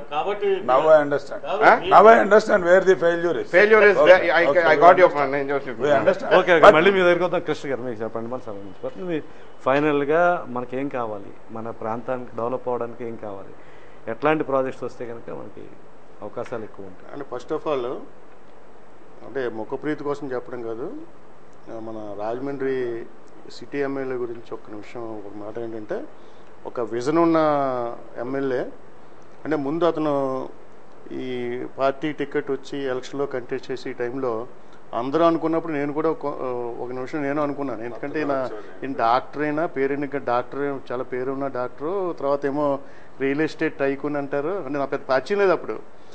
ఈయనకి పాలిటిక్స్ పక్కన పెట్టండి, ఈ డెవలప్మెంట్ గురించి కానీ లేకపోతే ఈ పనులు చేయించు గురించి కానీ ఈయనకి ఏం అవగాహన ఉంటుందని నేను అనుమానపడ్డాను. ఆ తర్వాత ఇంకొక చూస్తున్నాం కదా, మనకి ఇన్నాళ్ళు మన రాజమండ్రిలో అంటే ఇప్పుడు ఇందాక ఈయన సుబ్బారావు గారు చెప్పారు, ఎక్కడ వేర్ లైస్ ది ఫాల్ట్ అని చెప్పేసి. హియర్ లైస్ ది ఫాల్ట్ ఆయనే చెప్పాడు. ఇప్పుడు ఈయనకి ఇప్పుడు నాకు అర్థమైందని చెప్పారు. నేను ఏంటంటే మనకి ఇక్కడ వాగ్దానాలు చేసేవాళ్ళు, ఏమీ చేయకపోయినా నేనే చేసినని చెప్పుకునేవాళ్ళు. సపోజ్ ఆయన ఇప్పుడు ఆ పోలవరం ఆర్డినెన్స్ నేనే తీసుకొచ్చాను తమ్ముడు అని ఇక్కడ చెప్పిన పెద్దలు ఉన్నారు. ఇక్కడ అగ్రికల్చర్ కాలేజ్ నేనే శాంక్షన్ చేయించానని చెప్పిన పెద్దలు ఉన్నారు. ఇక్కడ ఎగ్జాంపుల్. ఇలాంటి వాళ్ళు ఉన్నప్పుడు అలా కాకుండా సైలెంట్గా వర్క్ చేసుకెళ్తున్నందుకు ఫస్ట్ ఆఫ్ ఆల్ ఆయన అభినందించాలి అందరం కూడా. మనం చూసి ప్రజలందరూ కూడా, రాజమండ్రి ప్రజలే కాకుండా చుట్టుపక్కల కాన్స్టిట్యున్సీ ప్రజలు కూడా ఉన్నారు. 2-3 కాన్స్టిట్యున్సీలకు వెళ్తున్నాయి కాబట్టి. రెండో విషయం, అంటే పొలిటికల్గా ఆయనకన్నా సీనియర్ని కాబట్టి నా సజెషన్ కూడా ఏంటంటే, ఎప్పటికప్పుడు మీరు ప్రెస్ ద్వారా పబ్లిక్కి మీరు చేసిన విషయాలు చెప్పడం అనేది తప్పేం కాదు. అది చేయని విషయాలే చెప్పుకుంటున్నప్పుడు ఉన్నప్పుడు, లేకపోతే సంవత్సరానికి ఒకసారి పబ్లిక్ మీటింగ్లు పెట్టడం, తర్వాత మళ్ళీ ఇంకో సంవత్సరానికే కనిపించి ప్రజాప్రతినిధులు కూడా రాజమండ్రి ప్రజలు చూశారు. అలాంటప్పుడు సోషల్ మీడియాలో ఆయన చాలా ఫాస్ట్ గా ఉన్నారు, మిగతా ఎమ్మెల్యేలు అందరూ. అలాంటప్పుడు మీరు అది చెప్పుకోవడం అనేది మంచిది. అది ప్రజలు కూడా తెలుస్తుంది, ఇంటరాక్షన్ ఉంటుంది మీకు. బిగినింగ్ అదే మీరు అలవాటు చేసుకోండి. ఆ తర్వాత నేను చెప్పేదండి, ఇప్పుడు రాజమండ్రికి కావాల్సిన విషయాల గురించి అంటున్నారు మీరు. నవీన్ గారు చాలా మంచి పాయింట్ చెప్పారు. ఎడ్యుకేషనల్గా ఇక్కడ మంచి డెవలప్మెంట్ అవ్వాల్సిన అవసరం, టూరిజం కూడా డెవలప్మెంట్ అవ్వాల్సిన అవసరం ఉంది. ఈ హైకోర్టు గురించి గురుగారు చెప్పినట్టు నేను కూడా ఆ మధ్యన చెప్పాను. మన ఎమ్మెల్యే గారితో కూడా డిస్కస్ చేసిన, 2-3 ఎమ్మెల్యేలతో కూడా మాట్లాడాను. నేను చెప్పేది ఏంటంటే, మన ఆకుల సత్యనారాయణ గారు చొరవ తీసుకుని ఇక్కడ ఒక రౌండ్ టేబుల్ సమావేశం, ఉభయ గోదావరి జిల్లాల ప్రజాప్రతినిధులు, పెద్దలు, అంటే కొంచెం అవేర్నెస్ ఉన్నవాళ్ళు, అంటే పొలిటికల్గా కాదు, డెవలప్మెంట్ అవేర్నెస్ ఉన్నవాళ్ళు, కొంచెం విజన్ ఉన్నవాళ్ళు, వీళ్ళందరినీ పిలిచి ఒక రౌండ్ టేబుల్ మీటింగ్ కూడా ఏర్పాటు చేసి దాంట్లో చర్చించి, అంటే మనం ఇక్కడ ఎకరాస్తి టేబుల్ మాట్లాడుకుని అది కావాలి ఇది కావాలి అనుకుంటానే మనం చర్చించుకుని ఏం కావాలో మనం నిర్ణయించుకుని దాని ప్రకారం మనం ఏదైనా అడగందా అమ్మాయినా పెట్టదు ఎక్కడక్కడ మనం అడగాలి. రోడ్ మ్యాప్ వేసుకోవాలి. మనం రోడ్ మ్యాప్ వేసుకుని దాని మీద ప్రయత్నం చేస్తే బాగుంటుంది. దాన్ని ఇనిషియేటివ్ తీసుకోవాల్సిందిగా నేను ఎమ్మెల్యే గారిని కోరుతున్నాను. మన అందరం కూడా మన సపోర్ట్. మీ ప్రెస్ కూడా ఇప్పుడు కూడా ప్రెస్, రాజమండ్రి ప్రెస్ ఎప్పుడు కూడా దీనికి ఇటువంటి విషయాల్లో ముందే ఉంటారు కాబట్టి ఇటువంటి విషయాలు శ్రద్ధ తీసుకోవాలి. కేవలం శుష్క వాగ్దానాలు కాదు కావాల్సింది. ఇక్కడ ఆ రోజులు అయిపోయినాయి. అటువంటి నాయకులు ఇంకెంతో కాలం ఉండదు. ఇక్కడ కొత్త నాయకత్వం వస్తుంది, అన్నీ వస్తాయి. కాబట్టి ఆ కొత్త రోజులు వస్తాయని నమ్ముతాం. రాజమండ్రి, ఉభయ గోదావరి జిల్లాలో, ఎందుకంటే చంద్రబాబు నాయుడు గారు కూడా అప్లికేషన్ ఖచ్చితంగా ఉండాలి ఈ 2 జిల్లాల మీద. ఎందుకంటే హైయెస్ట్ నెంబర్ అక్కడ 15 మందిని, ఇక్కడ 19 - 14 29 మంది ఎమ్మెల్యేలని, టీడీపీ బీజేపీ కలిపి 29 మంది ఎమ్మెల్యేలని, 30 out of 34 29 మంది ఎమ్మెల్యేలను ఇక్కడి నుంచి పంపించాం ఈ 2 జిల్లాల నుంచి. కాబట్టి ఆ అప్లికేషన్ డెఫినెట్ గా చంద్రబాబు నాయుడు గారికి ఉండాలి ఇక్కడ ఈ జిల్లాల మీద. సో అది కనపడడం లేదు. గత 60 ఏళ్లుగా చాలా బడ్జెట్లు చూసాం మీరు. మొన్న మోడీ గారి బడ్జెట్ కూడా చూశారు. ఇంతకు ముందు ఎప్పుడూ లేనట్టుగా కాకినాడ పేరు వినిపించింది, కృష్ణపట్నం పేరు వినిపించింది, హిందూపూర్ వినిపించింది, రాజమండ్రి పేరు కూడా వినిపిస్తుంది అనుకున్నాను. ఒక్క నిమిషం, వస్తుంది అది కూడా వస్తుంది. నేను అనేది ఎందుకంటున్నాను, at least a change in the direction. అలాగే రాజమండ్రికి మీ అందరికీ చెప్తా ఉన్నాను, ఫారెస్ట్ మేనేజ్మెంట్ కాలేజ్ వస్తుంది, డైరెక్టర్ ఫారెస్ట్ మేనేజ్మెంట్ వస్తుంది, ఇక్కడికి వస్తున్నాయి. అంటే ఆల్రెడీ భారతీయ జనతా పార్టీ నరేంద్ర మోడీ గారి నాయకత్వంలో ఏదైతే పనిచేస్తూ ఉందో, తప్పకుండా every place has its own importance and should be given due importance అనే పద్ధతిలోనే మినిమల్ గవర్నమెంట్ మోర్ గవర్నెన్స్ అన్న ఏదైతే నినాదం తీసుకుని ఆయన వస్తున్నాడో, రీసెర్చ్ స్టేషన్సే కానివ్వండి, లేకపోతే ఏ ప్రాంతానికి ఏదో ఫిషరీస్ రీసెర్చ్ ఇన్స్టిట్యూటే కానివ్వండి, లేకపోతే ఇంకో ఇన్స్టిట్యూటే కానివ్వండి, అన్ని ఏరియాలకు స్ప్రెడ్ చేసే విధంగా ఫస్ట్ టైం మీరు చూసుంటారు. ఇంతకాలం చాలా బడ్జెట్లు చూసినా ఎప్పుడు కూడా మన ప్రాంతానికి ఇది ఇస్తున్నాం, లేకపోతే ఈ సెంట్రల్ ఆర్గనైజేషన్ తీసుకొచ్చి ఈ ప్రాంతంలో ఇస్తున్నాం అని చెప్పలా. డైరెక్ట్గా వాళ్లే డిసైడ్ చేసి కస్టమ్స్ అండ్ ఎక్సైజ్ది హార్డ్వేర్ పార్క్ ఒకటి ఇచ్చారు. కాకినాడ హార్డ్వేర్ కదా, కస్టమ్స్ అండ్ ఎక్సైజ్ కాలేజ్ హిందూపూర్లో ఇచ్చారు. ఇలాంటి ఇన్స్టిట్యూషన్స్ వస్తూ ఉంటే క్రమేపీ ఏమవుతుందంటే ఆ ప్రాంతంలో ఒక పాపులేషన్ వైజ్ కానీ అర్బనైజేషనే కానీ ఒక సైంటిఫిక్ బేసిస్లో వెళ్తా ఉంటాం. డిఫెన్స్ వస్తాయి. ఒక విషయం ఏంటంటే, ఎమ్మెల్యే గారు ఏ బడ్జెట్లోనూ కాకినాడ పేర్లు లేదు ఫస్ట్ టైం అన్నారు. ఇది ఫస్ట్ టైం రీఆర్గనైజేషన్ అయ్యాక స్టేట్ విడిపోయాక. అందుకని ప్రత్యేకంగా కొన్ని కొన్ని ఈ రాష్ట్రానికి ఏర్పాటు చేయవలసిన అవసరం ఉన్నాయి కాబట్టి ఆ పేర్లు ఇక్కడ మెన్షన్ చేస్తూ వస్తున్నాయి. కాదు యాక్చువల్ సార్ రీఆర్గనైజేషన్ అయ్యాక కొన్ని ఇస్తామని ఎవరో రీఆర్గనైజేషన్ దాంట్లో పెట్టిన కొన్ని ఉన్నాయి, ఇది లేకపోవచ్చు, ఇచ్చారు, పేరు పెట్టి ఇచ్చారు. ఇంకోటి ఏంటంటే చెప్తాను, గతంలో ఎమ్మెల్యేలు కానీ ఎంపీలు కానీ అన్ని ప్రయత్నాలు చేశారు, వాళ్ళ శక్తి మేరకు పనిచేశారు, ఎవరు పనిచేయలేం లేదు. ఎందుకంటే నాకు తెలుసుండగా తెలుగు యూనివర్సిటీ ఇది, జేఎంఆర్ పాలిటెక్నిక్ కానీ, ఎయిర్పోర్ట్ డెవలప్మెంట్ కానీ, లేకపోతే నన్నయ్య యూనివర్సిటీ కానీ, ఇవన్నీ కూడా గతంలో పనిచేసిన వడ్డీవారి భద్ర గారు కానీ, బుచ్చి చౌదరి గారు కానీ, రావు సూర్యప్రకాష్ గారు కానీ, ఉండవేలు అరుణ్ కుమార్ కానీ, ఎవరో ఒకళ్ళు నా పని చేయకుండా రాలేదు. ఇప్పుడు ఈ ఫైల్ కూడా అగ్రికల్చర్ యూనివర్సిటీ ఎమ్మెల్యే క్లియర్ చేయించుకొచ్చిన ఫైల్ కూడా 3 సంవత్సరాల నుంచి ఎమ్మెల్యే కానీ లేకపోతే రావు ఎంపీ కానీ ఉండవేలు అరుణ్ కుమార్, రావు సూర్యప్రకాష్ గారు ఫాలోఅప్ చేస్తూ వెళ్తే ఫినిషింగ్ టచ్ లో ఇది క్లియర్ చేయించారు. ఇంకా ఈయన లేకపోతే ఇంకా 2-3 సంవత్సరాలు పట్టినాం, చాలా అర్జెంట్ గా చేయించారు. దానికి మాత్రం పూర్తిగా తరలిపోయింది. అది యూనివర్సిటీ కూడా మనం తరలిద్దాం చూస్తాం. యూనివర్సిటీకి ఎంత ప్రెజర్ ఇచ్చారండి ఇక్కడ నేను తీసుకుపోదామని. పల్లవరాజు ఉన్నారు కదా యూనివర్సిటీ తరలించేటప్పుడు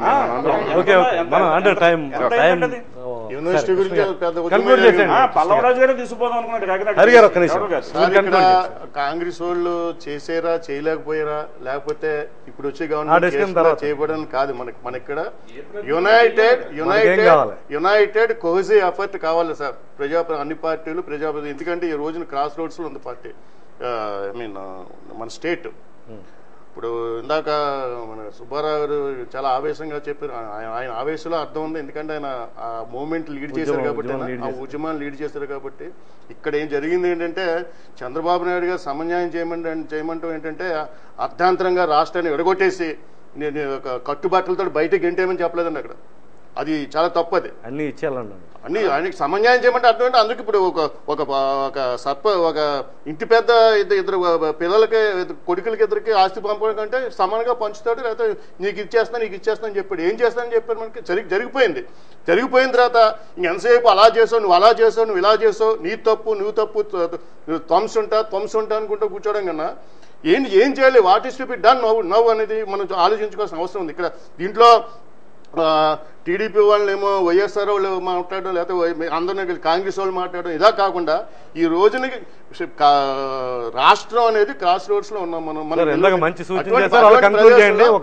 అటువంటి పరిస్థితుల్లో అందరూ కూడా కోహెసివ్ గా మనం పనిచేసుకోవాల్సిన అవసరం ఉంది. ముఖ్యంగా ఈ ఉభయ గోదావరి జిల్లా మన ప్రజాప్రతినిధులు అందరూ కూడా ఎలైట్ ఆఫ్ ది ఏరియా అందరూ కలిసి కూర్చుని మనకి ఏం కావాలో మనం మాట్లాడుకోవడం, దానికి కావాల్సిన మనం తెచ్చుకోవడమే సాధన చేసుకోవడం వల్ల మనం దృష్టి పెట్టాలి చెప్తే అనవసరమైన వివాదాలకు వెళ్లకుండా అనవసరమైన ఆర్భాటాలు పోకుండా ఉండాలని నా అభిప్రాయం. మీ సుబ్బారావు ఫైనల్ కృష్ణ గారు చెప్పింది అంత పూర్తిగా ఒప్పుకుంటాను. అది కాక గత్యంతరం లేని పరిస్థితి.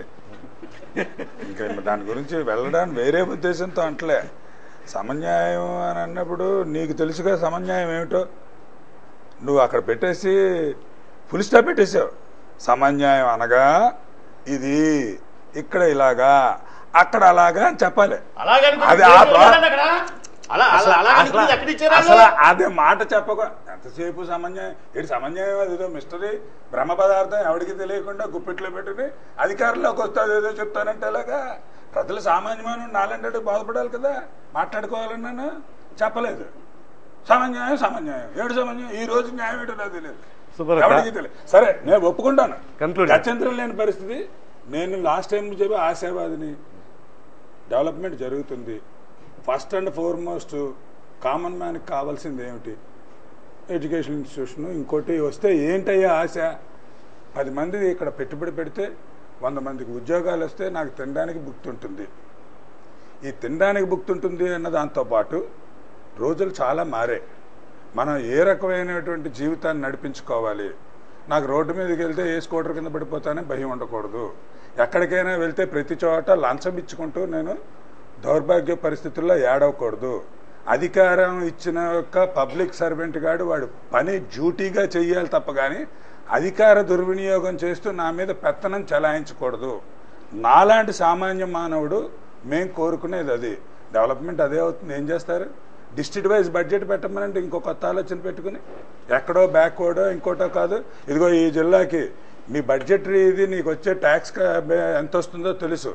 ఎంత రాదో తెలుసు, నువ్వు అడ్మినిస్ట్రేటివ్ ఎక్స్పెన్సెస్ ఎంత పెడుతున్నావో తెలుసు, రెవెన్యూ ఎక్స్పెండిచర్ ఎంతో తెలుసు. District wise budget, district wise ఒక్కొక్క మళ్ళీ అందులో ఒక్కొక్క ఏరియా ఒక్కొక్క దానికి డెవలప్మెంట్కి ఏం చేస్తావు? సామాన్య మానవుడికి కావలసిన వసతులు వనరులు నువ్వు ఏర్పాటు చేయి. నీకు నేను బిల్డింగ్ ప్లాన్ పెట్టుకుని ఒక లేఅవుట్ అప్రూవల్ తీసుకున్నా ఇంకోటి చేయాలంటే నాకు రేట్లు పట్టి 2 లక్షలు 5 లక్షల పట్టీలు ఉన్న ప్రభుత్వం ఆ పద్ధతిలో నడుస్తుంటే డెవలప్మెంట్ గ్రోత్ ఎక్కడ వస్తుందంటే నేను సెల్ఫిష్గా నా డబ్బులు నేను చేసుకుంటాను.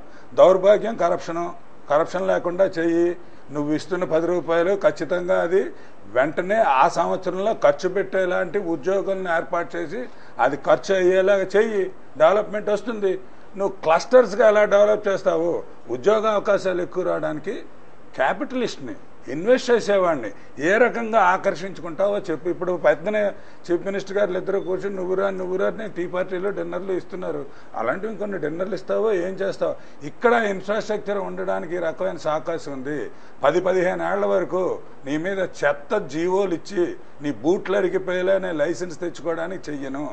ఒక చోట వస్తే నువ్వు వెంటనే పెట్టడానికి నేను ఏర్పాటు చేస్తాను. మాటలు అనడం కాదు, చేసేలాగా ప్రభుత్వాన్ని నడిపించమనండి. ఇక్కడ ప్రజాప్రతినిధులు కూడా దానికి తగ్గట్టుగా దోహదం ఇచ్చి ఎక్కడైతే వాళ్ళు కరప్షన్ చూస్తారో ఆ కరప్ట్ ఆఫీసర్ మండల చేతులు వెరగొట్టేసేలా పనిచేయమండి. అంతేగాని డిప్లొమాటిక్గా పనిచేసుకుంటూ వెళ్తే నాకు బాధపడింది గత 40 సంవత్సరాల్లో పైనుంచి బడ్జెట్లో ఉన్న దాంట్లో పావలా కూడా ఖర్చు పెట్టరు. కాగితం మీద ఏమో 100 కోట్ల శాంక్షన్ రిలీజ్ చేసింది 25 కోట్లు, ఖర్చు పెట్టింది 10 కోట్లు. ఉద్యోగాలు లేవని డిపార్ట్మెంట్ వాడు అంటాడు, ఫండ్ రాలేదు బిల్లు రాలేదని కాంట్రాక్టర్ అంటాడు. పేరుకి మట్టుకు ఉంటుంది, ప్రాజెక్టు శంకుస్థాపన అవుతుంది, 10 ఏళ్ళైనా అవదు. రివైజ్డ్ ఎస్టిమేట్స్ పని చేసేలా చూడండి. అయితే పనులు అవుతాయి. ఎందుకు గ్రోత్ ఉండదు, ఎందుకు డెవలప్మెంట్? సార్ మీరు ఫస్ట్ స్టార్ట్ చేసిన దానికంటే క్యాపిటల్ నిర్మాణానికి 1000 ఎకరాలు అక్కర్లొద్దు అనేది ఒకటి. ఒక 500 ఎకరాల్లో క్యాపిటల్ అసెంబ్లీ, సెక్రటరియట్, ఇంపార్టెంట్ ఆఫీసులు కడితే సరిపోద్దు. మిగతాదంతా స్టేట్ అంతా డీసెంట్రలైజ్ చేయాలని ఎలా అయితే ఇందా ఎమ్మెల్యే అని చెప్పారు అలా డీసెంట్రలైజ్ చేయడం ఒకటి. ఈస్ట్ టు వెస్ట్కి ఉన్న ప్రాతినిధ్యాన్ని పురస్కరించుకొని రాజమండ్రికి హైకోర్టే కావాలి. బెంచ్ ఇస్తారు, హైకోర్టే కావాలి, రాజమండ్రికి కావాలి. నెక్స్ట్ మొన్న కామినేని శ్రీనివాస్ గారు ఎయిమ్స్ గుంటూరులో పెట్టి సూపర్ స్పెషాలిటీ హాస్పిటల్ విజయవాడలో పెడతాను 150 కోట్లు శాంక్షన్ అని చెప్పారు. అది కూడా ఎమ్మెల్యే ప్రయత్నం చేసి సూపర్ స్పెషాలిటీ హాస్పిటల్ రాజమండ్రి వచ్చేలాగా ప్రయత్నం చేయడం ఒకటి. ఈస్ట్ గోదావరిలో ఉన్న అత్యధిక గ్యాస్ నిక్షేపాలు ఏమైతే ఉన్నాయో దానికి ప్రకారం ఏదైతే ఇండస్ట్రీ మనకు అవకాశం ఉందో అది రాజమండ్రి చుట్టుపక్కల ఈ ప్రాంతాల వారికి ఉపాధి అవకాశాలు కల్పించేలా ప్రయత్నం చేస్తే రాజమండ్రి ప్రజలు కానీ ఈస్ట్ గోదావరి ప్రజలు కానీ పూర్తిగా సాటిస్ఫై అవుతారు. అది ఎమ్మెల్యే కూడా చరిత్రలో నిలిచిపోతారు. ఇప్పుడంటే 2 విషయాలండి. రాజధానికి సంబంధించి ఎంత మనం చెప్పుకున్నా కానీ ఒక్కసారి మనం ఏమి గొడుగు లేకుండా బయటకు వచ్చేసాం కాబట్టి రాజధాని ఎక్కడ అన్నదే ఫస్ట్ ప్రశ్న వస్తున్నదండి. ఇప్పుడు ఈ విషయంలో రాష్ట్ర ప్రభుత్వం వైఖరి ఏమిటి అన్నది బోల్డ్ వైట్ పేపర్లు ఇచ్చారు. అలాగే దీనికి కూడా అంటే ఫలానా ఊరని కాకపోయినా ఫలానా ఊరని కాకపోయినా కూడా ఇదిగో ఈ ప్రాతిపదికలను మేము పరిశీలిస్తున్నాము, ఇలా చేస్తామని ఒక స్పష్టీకరణ ఇస్తే ఈ యాంగ్జైటీలు ఉండవండి. ఈ రియల్ ఎస్టేటు ఈ గొడవలు కూడా ఉండవు. ఇంకపోతే తూర్పు పశ్చిమ గోదావరి జిల్లాలకి రాజమండ్రి కేంద్రంగా సంబంధించి మన ఆయిల్ అండ్ గ్యాస్ ఈ కార్యాలయాలు అన్నీ కూడా రాజమండ్రిలో అయితే వాళ్ళకి యాక్సెస్ అది బాగుంటుంది, ఎయిర్పోర్టు ఇదంతా. ఇంకొక ఏంటంటే కోరంగి మ్యాంగ్రోవ్ ఉన్నదండి, మడాడవులు. ఇది ఈస్ట్ కోస్ట్లో సుందర్బాన్ కలకత్తాలో ఉన్న దానికంటే ఈ రెండిటికి అది 50,000 సంవత్సరాలు అడివైతే మంద 40,000, లేదా మంద 50,000 అయితే అది 40,000. ఇవి ప్రపంచంలో పోలిస్తే యంగ్ మ్యాంగ్రోవ్స్ అండి. దీనికి సంబంధించి రీసెర్చ్ కానీ అధ్యయనం కానీ ఇక్కడ లేదు, వెస్ట్ బెంగాల్లో ఎక్కడో ఉన్నది. అటువంటిది ఏదైనా తీసుకొస్తే ఇది మనం అంటే ప్రపంచవ్యాప్తంగా కూడా ఈ సముద్ర శాస్త్రాలకు సంబంధించిన వాళ్ళని అట్రాక్ట్ చేయడానికి దీన్ని ఒక టూరిజం స్పాట్లాగా బాగా చేరిస్తే మనకి ఈ సర్వీస్ సెక్టార్ పెరిగి చాలా మనీ ఇక్కడ పంప్ అయ్యే అవకాశం. ఏమంటే రేపు ప్రభుత్వం నుంచి కానీ లేదా ఈనాడులో కానీ అలా పెద్ద పేపర్లు అయినా ఒక లీక్ కింద క్యాపిటల్కి 500 ఎకరాలు సరిపోద్దని ఒక లీక్ ఇమ్మనండి. మొత్తం అంత సబ్సిడీ అయిపోతుంది. మాఫీ ఉండదు, గిఫీ ఉండదు. ఆల్రెడీ కొన్ని మీడియాలు వ్యక్తం చేసేయండి. ఏముండదు. ఇప్పుడు 5,000 ఎకరాలు కావాలి, పబ్లిక్ ప్రైవేట్ పార్టీ.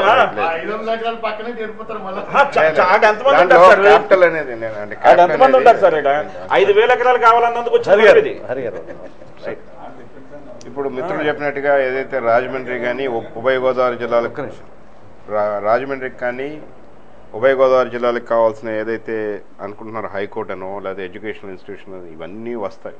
తీసుకురావడానికి మా ప్రయత్నం పూర్తిగా నిర్విరామంగా చేస్తామని చెప్తూ, దాంతోపాటు ఈ ఉభయ గోదావరి జిల్లాల్లో ఈ రోజుకి కూడా చిన్న ప్రైవేటు వ్యక్తులు ఇక్కడ లోకల్ వ్యక్తులు పెట్టిన ప్రాజెక్టు తప్పితే ఒక గ్రీన్ ఫీల్డ్ ప్రాజెక్ట్ ఈ 60 ఏళ్లలో నేను చూడలేదు. నేను పుట్టకముందు లేదు, నేను పుట్టిన తర్వాత రాలేదు. కాబట్టి తప్పకుండా మీరన్నా ఏదైతే ఉపాధి అవకాశాలు కలిగించే విధంగా, ఇప్పుడు తెన్నేటి విశ్వనాథం గారు ఇవాళకి కూడా ఎందుకు గుర్తుండిపోయారు మన అందరి మనసుల్లో? విశాఖ హక్కు, ఆంధ్రుల హక్కు అని ఆ రోజు తెచ్చుండకపోతే ఇంత ఎంప్లాయ్మెంట్ వచ్చి ఉండేదా? Direct employment, indirect employment. అదే విధంగా ఏదైతే మీరు ఇందాక కరప్షన్ అన్నారు, కరప్షన్ ఒకటే కాకుండా కరప్షన్తో పాటు సానుకూలత. అవి ఇస్తాం, ఈ రాయితీలు ఇస్తాం, ఆ రాయితీలు. గుజరాత్లో సబ్సిడీ అనేదే లేదు. ఇండస్ట్రీ పెడతానంటే ల్యాండ్ చూసుకుని ఆ రేటు రైతుకు కూడా ఇబ్బంది లేకుండా 10 లక్షల ఎకరం ఉంటే ఆ ఏరియాలో 14 లక్షలు ఇండస్ట్రీస్ ఇచ్చే విధంగా పాలసీ పెట్టి గవర్నమెంట్ చేసే పని ఏంటయ్యా అంటే ఇండస్ట్రీకి కావాల్సిన నీరు కానీ, లాజిస్టిక్స్ కానీ, పవర్ కానీ, ఈ మూడిటికి ఆర్గనైజేషన్ వీళ్ళు ఎవరి చుట్టూ తిరగకుండా, ఎవరికి నయా పైసా ఇవ్వకుండా సింగిల్ విండోలో ఆ ప్రాజెక్ట్ గ్రౌండ్ చేసి శంకుస్థాపన చేసిన వీళ్ళకి అవసరమైన నాటికి దగ్గరున్న హైవేకి కనెక్టివిటీ ఇచ్చేస్తున్నారు. ఆ ఏరియాలో సబ్స్టేషన్ కడుతున్నారు, వాటర్ సోర్స్ ఇస్తున్నారు. ఇండస్ట్రీస్ ఎందుకు వెళ్ళిపోతున్నాయంటే ఇండస్ట్రీస్ కావాల్సిన ఒక నాణ్యమైన పవరు, కంటిన్యూస్ పవర్. ఎగ్జాంపుల్ చెప్తా ఉన్నాను. ఇండస్ట్రీస్ గత 2-3 ఏళ్లుగా మన రాష్ట్రంలో ఏమవుతుందంటే అండి, పెట్టుబడి పెట్టారు, బ్యాంకులు ఈఎంఐ కట్టలేని పరిస్థితికి వెళ్ళిపోయారు. ఎందుకు వెళ్ళిపోయారు? వాళ్ళ జీతాలు ఇవ్వలేరు. దీనికి కరెంట్ కట్ వల్ల మనం అనుకుంటాం మన ఇళ్లలో అయితే కొంచెం మనం ఇబ్బంది పడతాం. అక్కడ వచ్చేటప్పుడు ఆర్థికపరమైన ఇబ్బందుల వల్ల మొత్తం నష్టపోవడం, జీతాలు ఇవ్వడం, అలాంటిదే తీసుకురావాలి. కానీ మాకు అది కావాలి, ఇది కావాలనేది ఒక ఆస్పెక్ట్. ఇప్పుడు హైకోర్టు అనేది నేను మొదటి నుంచి కూడా నా పందా కూడా నేను చెప్పింది అయితే ఏంటి, కోరుకునేది కూడా అభివృద్ధిలో కూడా వికేంద్రీకరణ ఉండాలని, ఒకటే స్పాట్లో చేయకుండా ఇవి ఏదైతే హైకోర్టు ఉందో లేకపోతే ఎడ్యుకేషనల్ పరంగా ఇక్కడ కావాల్సిన విధులు, అలాగే వైద్య సదుపాయం మిత్రులు హర్నాథ్ గారు చెప్పినట్టుగా తప్పకుండా ఈ ప్రాంతంలో వ్యవసాయ ఆధారిత పరిశ్రమ ఏదైనా గ్రీన్ ఫీల్డ్ ప్రాజెక్ట్, ఒక గ్రీన్ ఫీల్డ్ ప్రాజెక్ట్ అని ఎందుకు అంటున్నానంటే అండి, మీరు చిన్న ఒక ఉద్యోగస్తులు చేసిన లేకపోతే ఇండస్ట్రీస్ పెట్టిన ఎంప్లాయ్మెంట్, క్వాంటమ్ ఆఫ్ ఎంప్లాయ్మెంట్ అంటే ఎంతమందికి ఇవ్వగలం? ఇప్పుడు పెద్ద ప్రాజెక్టు సెంట్రల్ గవర్నమెంట్ అసిస్టెన్స్తో రావాలి ఏరియాకి. ఏదన్నా కానివ్వండి, అగ్రి బేస్డ్ కానివ్వండి, పేపరే కానివ్వండి, లేకపోతే ఇంకోటే కానివ్వండి, ఇంకోటే సెరమిక్సే కానివ్వండి. ఈ రోజు కూడా మన శ్రీకాకుళం నుంచి మైగ్రేషన్ ఎందుకు ఉందండి? అక్కడ ఏది గ్రీన్ ఫీల్డ్ ప్రాజెక్ట్ రాలా.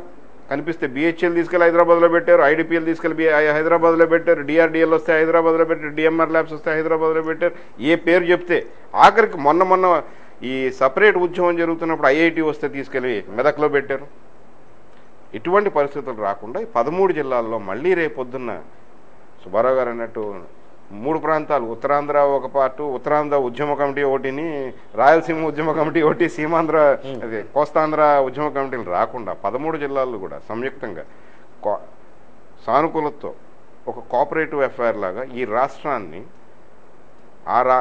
ఉమ్మడి రాష్ట్రంలో ఏదైతే కోల్పోయామో దాన్ని ఎంత త్వరితగతిన మనం రికవర్ చేసుకోగలమని మనం ట్రై చేస్తే I don't think it is an impossible task. పార్టీలు అనవసరం. ఇందాక నుంచి కూడా గతం కృష్ణ గారు కూడా మంచి సూచన చేయడం జరిగింది. ఉభయ గోదావరి జిల్లాల ప్రజాప్రతినిధులు తప్పకుండా ఒకటి కృష్ణ గారు, సత్యనారాయణ గారు చాలా మంచి ఫ్రెండ్స్. ఇద్దరు neat politicians, no question of corruption, ప్రజాక్షేమం కోరుకునే ఇవన్నీ నేను ఒప్పుకుంటాను. కాకపోతే వారు ఏంటంటే ఒక పెద్ద పిక్చర్లో మూలన ఉండే వ్యక్తులు. గతం మర్చిపోవడానికి ఇది 25-30 ఏళ్ళు మమ్మల్ని, మా ఆత్మని చంపేశారు పొలిటికల్ పార్టీస్. మానసికంగా ఆంధ్రుల్ని చంపేశారు. ముక్కలు చేసి డెమోక్రసీ మీద నమ్మకం లేకుండా చేశారు. మిమ్మల్ని అట్లా ఇండివిజువల్ గా హైయర్ లెవెల్ ఈ ప్రాంతానికి రావాల్సిన నిధులు విధులు కానివ్వండి, ఏదైనా ఒక సస్టైనబుల్ ఒక సస్టైనబుల్ అండ్ స్టేబుల్ అంటే నేను అనేది ఏంటంటే ఇవాళ ఒక ప్రెస్ కోసం ఒక ఫ్లాషీగా ఇచ్చేసి రేపు పొద్దున అది సస్టైన్ చేయలేకపోతే తూర్పుగోదావరి జిల్లాలో కాకినాడ ఎస్టీపీ మామూలుగా సాఫ్ట్వేర్ టెక్నాలజీ పార్క్ ఉంది. 2234 మంది చదువుతా ఉన్నారు ఇవాళ, ఉద్యోగస్తులు చేస్తున్నారు. 90 crores ఇక్కడ నుంచి ఎక్స్పోర్ట్ చేశారు. తక్కువ విషయం కాదు. ఏ విషయం కూడా ఆయనకు చెప్పడం జరిగింది. చిన్నది కదా అంటున్నాడు. చిన్నది పెద్దది కాదు, 10 చిన్న డ్రాపులు మేకే. అది కూడా ఎక్స్ప్లెయిన్ చేశాను మన చంద్రబాబు నాయుడు గారికి, అది కూడా ఎక్స్ప్లెయిన్ చేశాను. 2000 మంది 10,000 అయితే చాలండి, గోదావరి జిల్లాలో దేదీప్యమానంగా వెలిగిపోతాయి. అది కూడా ఎక్స్ప్లెయిన్ చేయండి. తప్పకుండా నా ప్రయత్నం కేంద్రం కానివ్వండి, రాష్ట్రం కానివ్వండి, తప్పకుండా వీళ్ళు ఒప్పించి మెప్పించి ఈ ప్రాంతానికి తీసుకురావాల్సిన మిగతా శాసనసభ్యులందరూ వైఎస్ఆర్సీపీ శాసనసభ్యులతో సహా కలిసి వెళ్ళి ఈ ఉభయ గోదావరి జిల్లాలకి నేను తీసుకొస్తాను. అంటే ల్యాండ్ ఎక్విజిషన్ యాక్ట్ అమెండ్ చేశాక ప్రైవేట్ ఎంటర్ప్రెన్యూర్ ల్యాండ్ ఎక్వైర్ చేయడం చాలా డిఫికల్ట్ అయిపోయింది. చాలా ఆల్రెడీ స్టేట్మెంట్లు ఇచ్చారు ఏదో 3-4 years. అక్కడ వచ్చి దానికి తగ్గట్టుగా ఇన్ఫ్రాస్ట్రక్చర్ సైమెంటేనియస్గా గవర్నమెంట్ చేయగలిస్తే ఇండస్ట్రియలిస్టులు వస్తారు, there will be industrial growth, job opportunities పెరిగితే ఇక్కడ సస్యశ్యామలంగా ఇలాంటి మేధావుల సూచనలు వాళ్ళకి తెలుసు. సార్ ఇప్పుడు ఫైనల్ గా ఏదైతే బేసిక్ ఇన్ఫ్రాస్ట్రక్చర్ కానీ రాజమండ్రి పట్టణాన్ని స్మార్ట్ సిటీలో పెట్టడమే కానీ ఈ రోజు ఇక్కడ ఉన్న డ్రైనేజ్ వ్యవస్థే కానీ, ముఖ్యంగా నేను డ్రైనేజ్ అని అంటాను. ఎందుకంటే డ్రైనేజ్ వ్యవస్థ సరిగ్గా లేకపోవడం వలన గోదావరి కలుషితం అవుతాం. డైరెక్ట్గా మన రాష్ట్రంలో మన రాజమండ్రిలో కలిపేసే వేస్ట్ డైరెక్ట్గా గోదావరిలో కలిపేస్తున్నాం అన్ట్రీటెడ్. అంటే ఇదంతా పుష్కరాల్లోగా అవుతుంది. పుష్కరాల్లోగా అయ్యే అవకాశాలు తక్కువ ఉన్నమాట చెప్తున్నాను. It requires a comprehensive plan. హడావుడిగా పుష్కరాలకి కొంతమంది నాయకులు అన్నట్టుగా 500 కోట్లు కావాలి, 1000 కోట్లు కావాలని తీసుకొచ్చి తగలెట్టేసే పరిస్థితి నాదైతే కాదు, నేను ఒప్పుకోను. అది పూర్తిగా దానికి సమయం కావాలా. ఈ ఏదైతే డ్రైనేజెస్ ఉన్నాయో ఎక్కడికి ఎస్టీపీకి డైవర్ట్ చేయాలో చేసుకుంటూ వెళ్ళి ఆ ఎస్టీపీని పర్ఫెక్ట్గా పనిచేసే విధంగా చేసుకుని, అలాగే శానిటేషన్ ఉపయోగంలో కూడా దానికి ప్రభుత్వమే కాదు, మున్సిపల్ కార్పొరేషనే కాదు, ప్రజలు కూడా సహకరిస్తే ప్లాస్టిక్ రహిత ఏదైతే డ్రైన్స్ నిండా ఉన్న ప్లాస్టిక్ ఇవాడు మీరు చూస్తే గోదావరి నదిలో కూడా అదే కనపడతాం. దానికి ప్రజల involvement, that is what is called inclusive civic society. Inclusive civic society అంటే సివిక్ సొసైటీ కూడా ప్రభుత్వాలతో ప్రజాప్రతినిధులతో కలిసి కొంచెం ముందు మీరు సోషల్ మీడియాలో ఉద్యమం స్టార్ట్ చేశాను. నేను స్టార్ట్ చేయడం జరిగింది. ప్రజల్ని నాకు నమ్మకం ఉంది వచ్చే 5 ఏళ్ల లోపు ప్లాస్టిక్ అనేది రోడ్డు మీద పడకుండా చేయగలనని నా ప్రయత్నం నేను చేస్తాను. థ్యాంక్ యూ వెరీ మచ్ అండి. ఎమ్మెల్యే గారు సత్యనారాయణ గారికి, అదేవిధంగా నవీన్ గారికి, ప్రసాదుల హరినాథ్ గారికి, గన్ని కృష్ణ గారికి, సుబ్బారావు గారికి చక్కని సూచనలు చేశారు. వచ్చే రోజుల్లో మంచి రోజులు రావాలని చెప్పి ఆకాంక్షిస్తున్నాం. ముఖ్యంగా ఉభయ గోదావరి జిల్లాల ప్రజాప్రతినిధులు, మేధావులు అందరితో రౌండ్ టేబుల్ సమావేశం ఒకటి ఏర్పాటు చేసుకుని రోడ్ మ్యాప్, సుదీర్ఘమైన రోడ్ మ్యాప్, ఉభయ గోదావరి జిల్లాల అభివృద్ధికి ఎట్లాంటి ప్రణాళిక రచించాలనే అంశానికి సంబంధించి మంచి సూచనలు చేయడం జరిగింది. దీంతోపాటు ఎడ్యుకేషన్ పరంగా ఈ ప్రాంతానికి ఇవ్వాల్సిన ఇంపార్టెన్స్, తర్వాత గ్రీన్ ఫీల్డ్గా ఇదంతా కూడా మార్చడం, మంచి పరిశ్రమలు ఇక్కడికి తీసుకురావడంతో పాటు సాఫ్ట్వేర్, హార్డ్వేర్ ఇండస్ట్రీలన్నీ ఈ ప్రాంతానికి వచ్చేలా కృషి చేస్తాము. ఇంకా అనేక ప్రాజెక్టులు తీసుకురావడానికి చిత్తశుద్ధితో చేస్తామని ఎమ్మెల్యే గారు కూడా చెప్పడం జరిగింది. ఈ సమీక్ష ఏదైతే చర్చా సమావేశంలో దీంట్లో ముఖ్యంగా అందరూ కూడా విలువైన సూచనలు వచ్చే రోజుల్లో ఏ విధంగా ప్రభుత్వానికి గైడెన్స్ ఇవ్వాల్సి ఉందనే దాని మీద చక్కని చర్చ జరిగింది. వీరందరికీ ప్రత్యేకంగా ధన్యవాదాలు తెలియజేస్తూ ఇంతటితో ఈ చర్చను ముగిస్తున్నాం. మరో అంశాలు మళ్ళీ కలుద్దాం. అంతవరకు సెలవు, నమస్కారం.